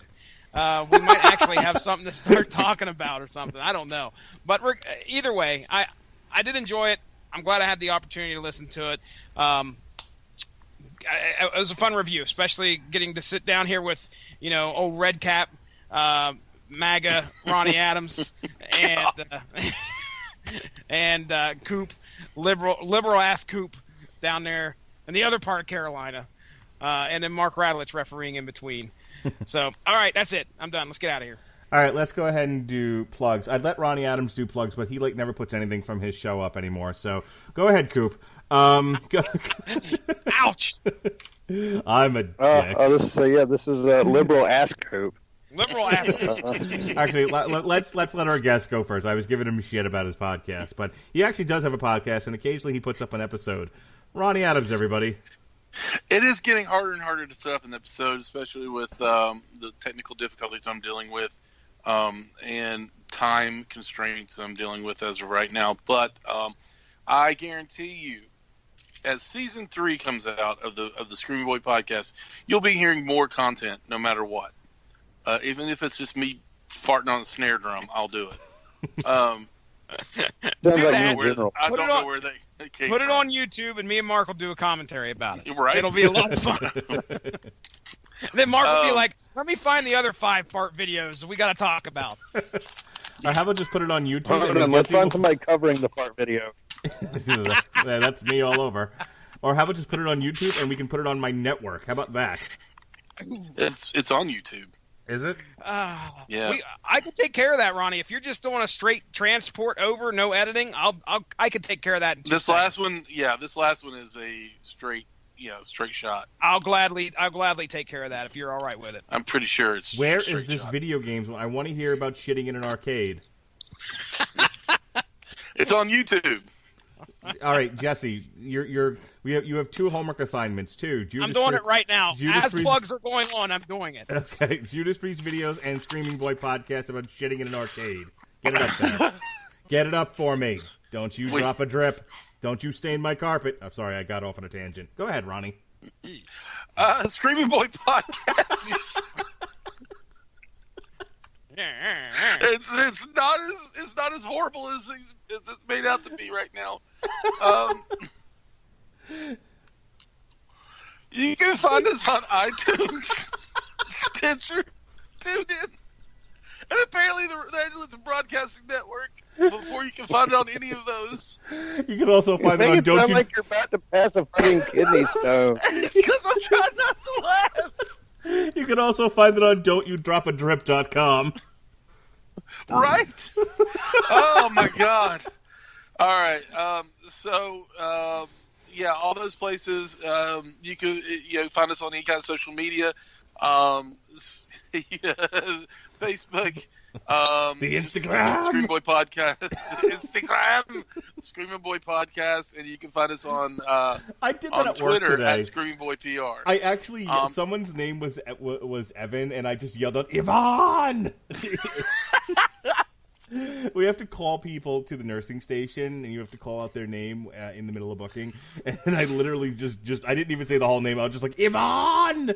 And the nurse looked at me like, are you having a stroke? And I'm like, don't worry about it. I'm doing a bit with people who aren't here right now. Right.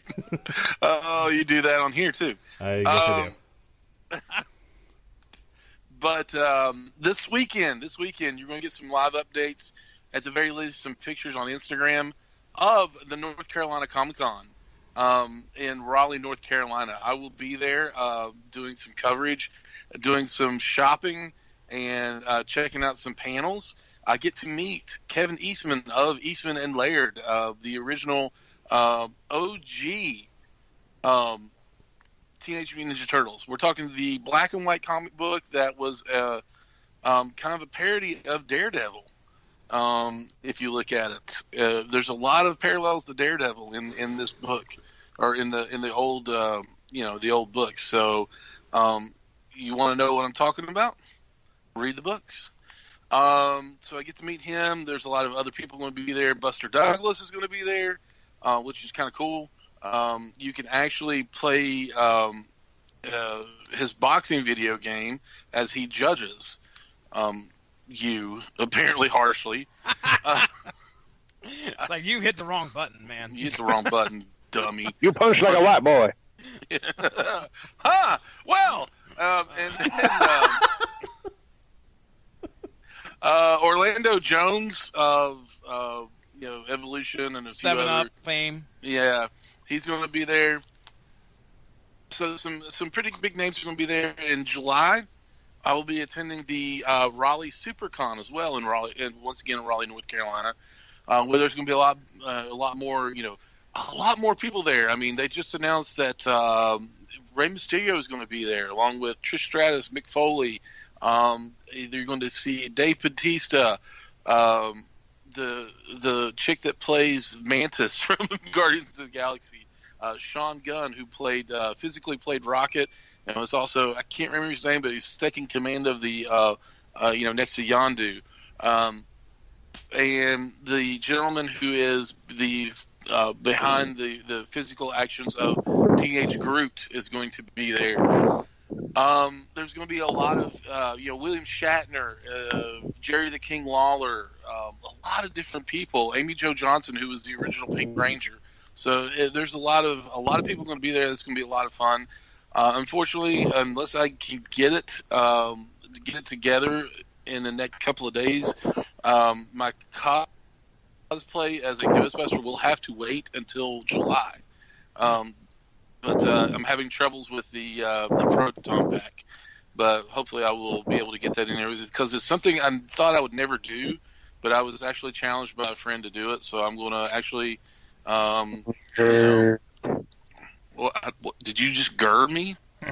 Nerd. Oh, you nerded me. Nerd. I'm proud of it, man. Chicks dig nerds, man. You know you're talking to a man with a bookcase full of anime, right? Right. Well, yeah. I think one of the first source materials I was on, we talked about an anime on there with you, right? Yes, we did talk about Vinland. Yeah, Vinland Saga. It's so good. Don't bring up anime, hurtful memories. Oh yeah, forgot about that. Sorry, buddy. Damn it! But hey, it turned out good. It wasn't not an anime, but a manga. Sorry, not that big of a nerd apparently. So yeah, just check us out. Give us a like, give us a subscribe, and give us a thumbs up, and give us a shout. All right. Before I throw it over to Jesse to complete the plugs for the night, tomorrow night we throw one Robert on. We throw one Robert off the raft. We take another one on, as we have a TV party tonight. It's my 4th show in a row this week. I vowed not to work 4 times in a row, but Jessica Jones demanded it of me, and so I must listen. We're going to do a TV party tonight for Jessica Jones Season 2. Jesse thought it was the worst thing ever and hates women. So there, we'll talk about that. Thankfully, tonight went a lot better than I thought it was going to. And Jesse, I'm sorry that you had to take a brunt of the abuse tonight, but thankfully it wasn't me. I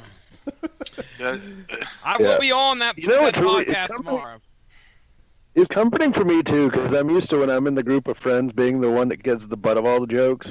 Yep. I actually don't respond because I get really nasty and vicious when we play those games. You need to be on more source materials, then you can feel good about yourself. All right. Apparently, I'm a bully, not a star. Whatever. Meow. Give it right back.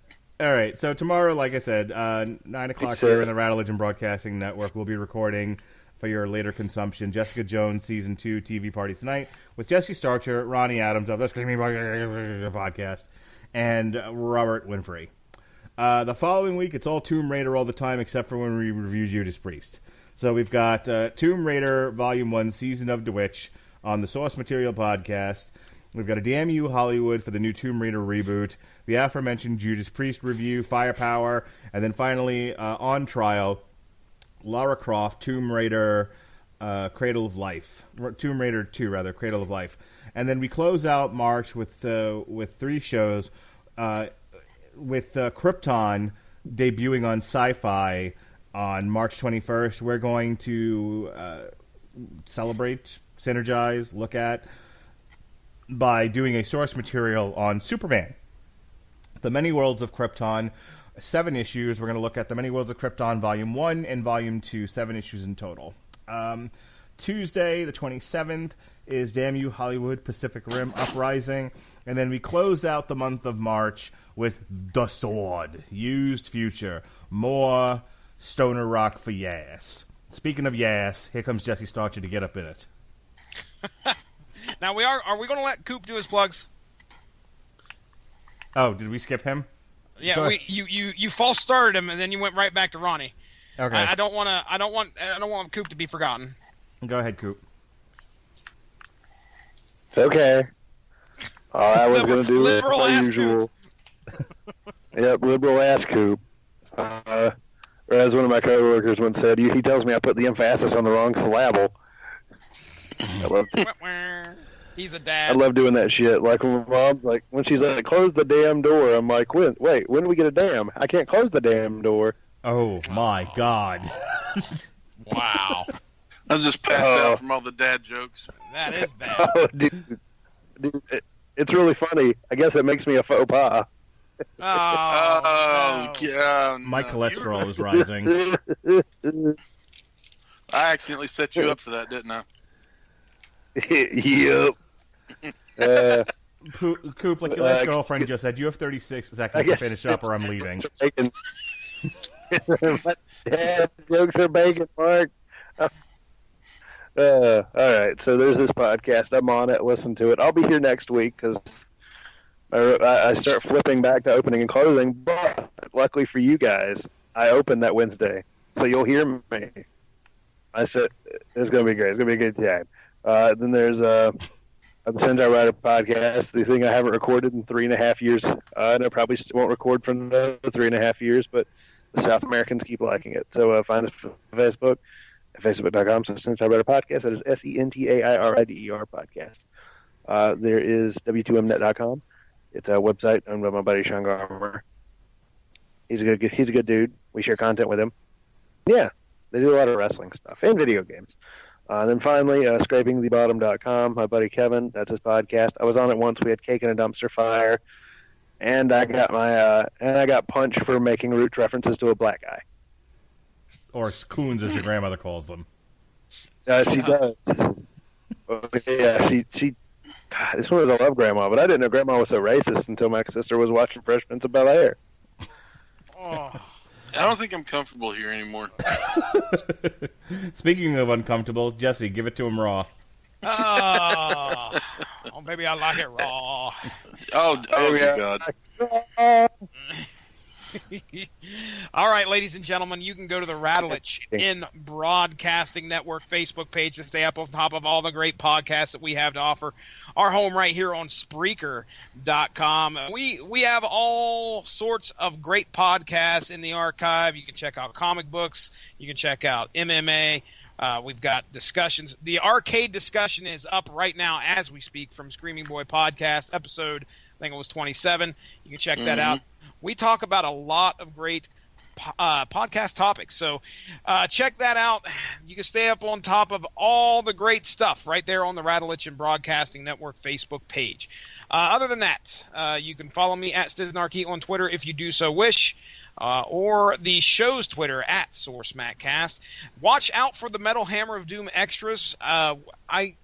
We'll post them on the Facebook feed.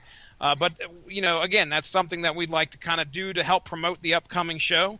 So they're still out there. It's not like we just put up the ministry ones and then we're going to take them down after the review. You can still go check out our comments on the few videos. And I think we still have Jesus Built My Hot Rod ready to – we got to get that up there as well. I might be able to do that sometime this weekend. So other than that, Mark Radlish, get us the hell out of here. Yep. Look for, I'm going to twist Jesse's arm here. Look for some new Judas Priest videos that we're going to review on the Metal Hammer of Doom Extra to synergize with our Judas Priest review of Firepower this coming Wednesday, March 21st. With that said, we'd like to thank Ronnie Adams of the Screaming Podcast. My God.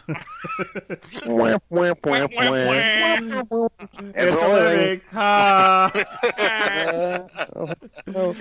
Yeah, I can't make the turkey noises. All right, of that podcast. We'd like to thank him for being on and putting up with all of his nonsense. Speaking of nonsense, for the Metal Coop, Robert Cooper, for the disapproving dad and the host of Source Material in his own right, Mr. Jesse Starcher, I am your mandated reporter, Mr. Mark Rattledge, and frankly, I'm mortified. And this has been the Metal Hammer of Doom on the Rattledge Broadcasting Network on Spreaker. Be well, be safe, and behave.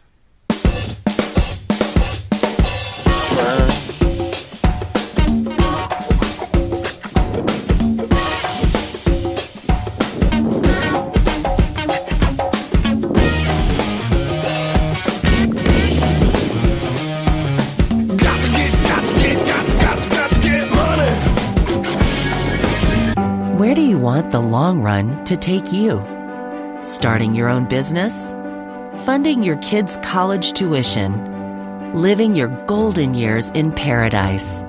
Wherever the long run takes you, Securian Financial Group is here to help.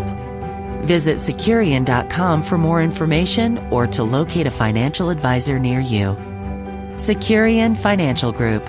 Financial security for the long run.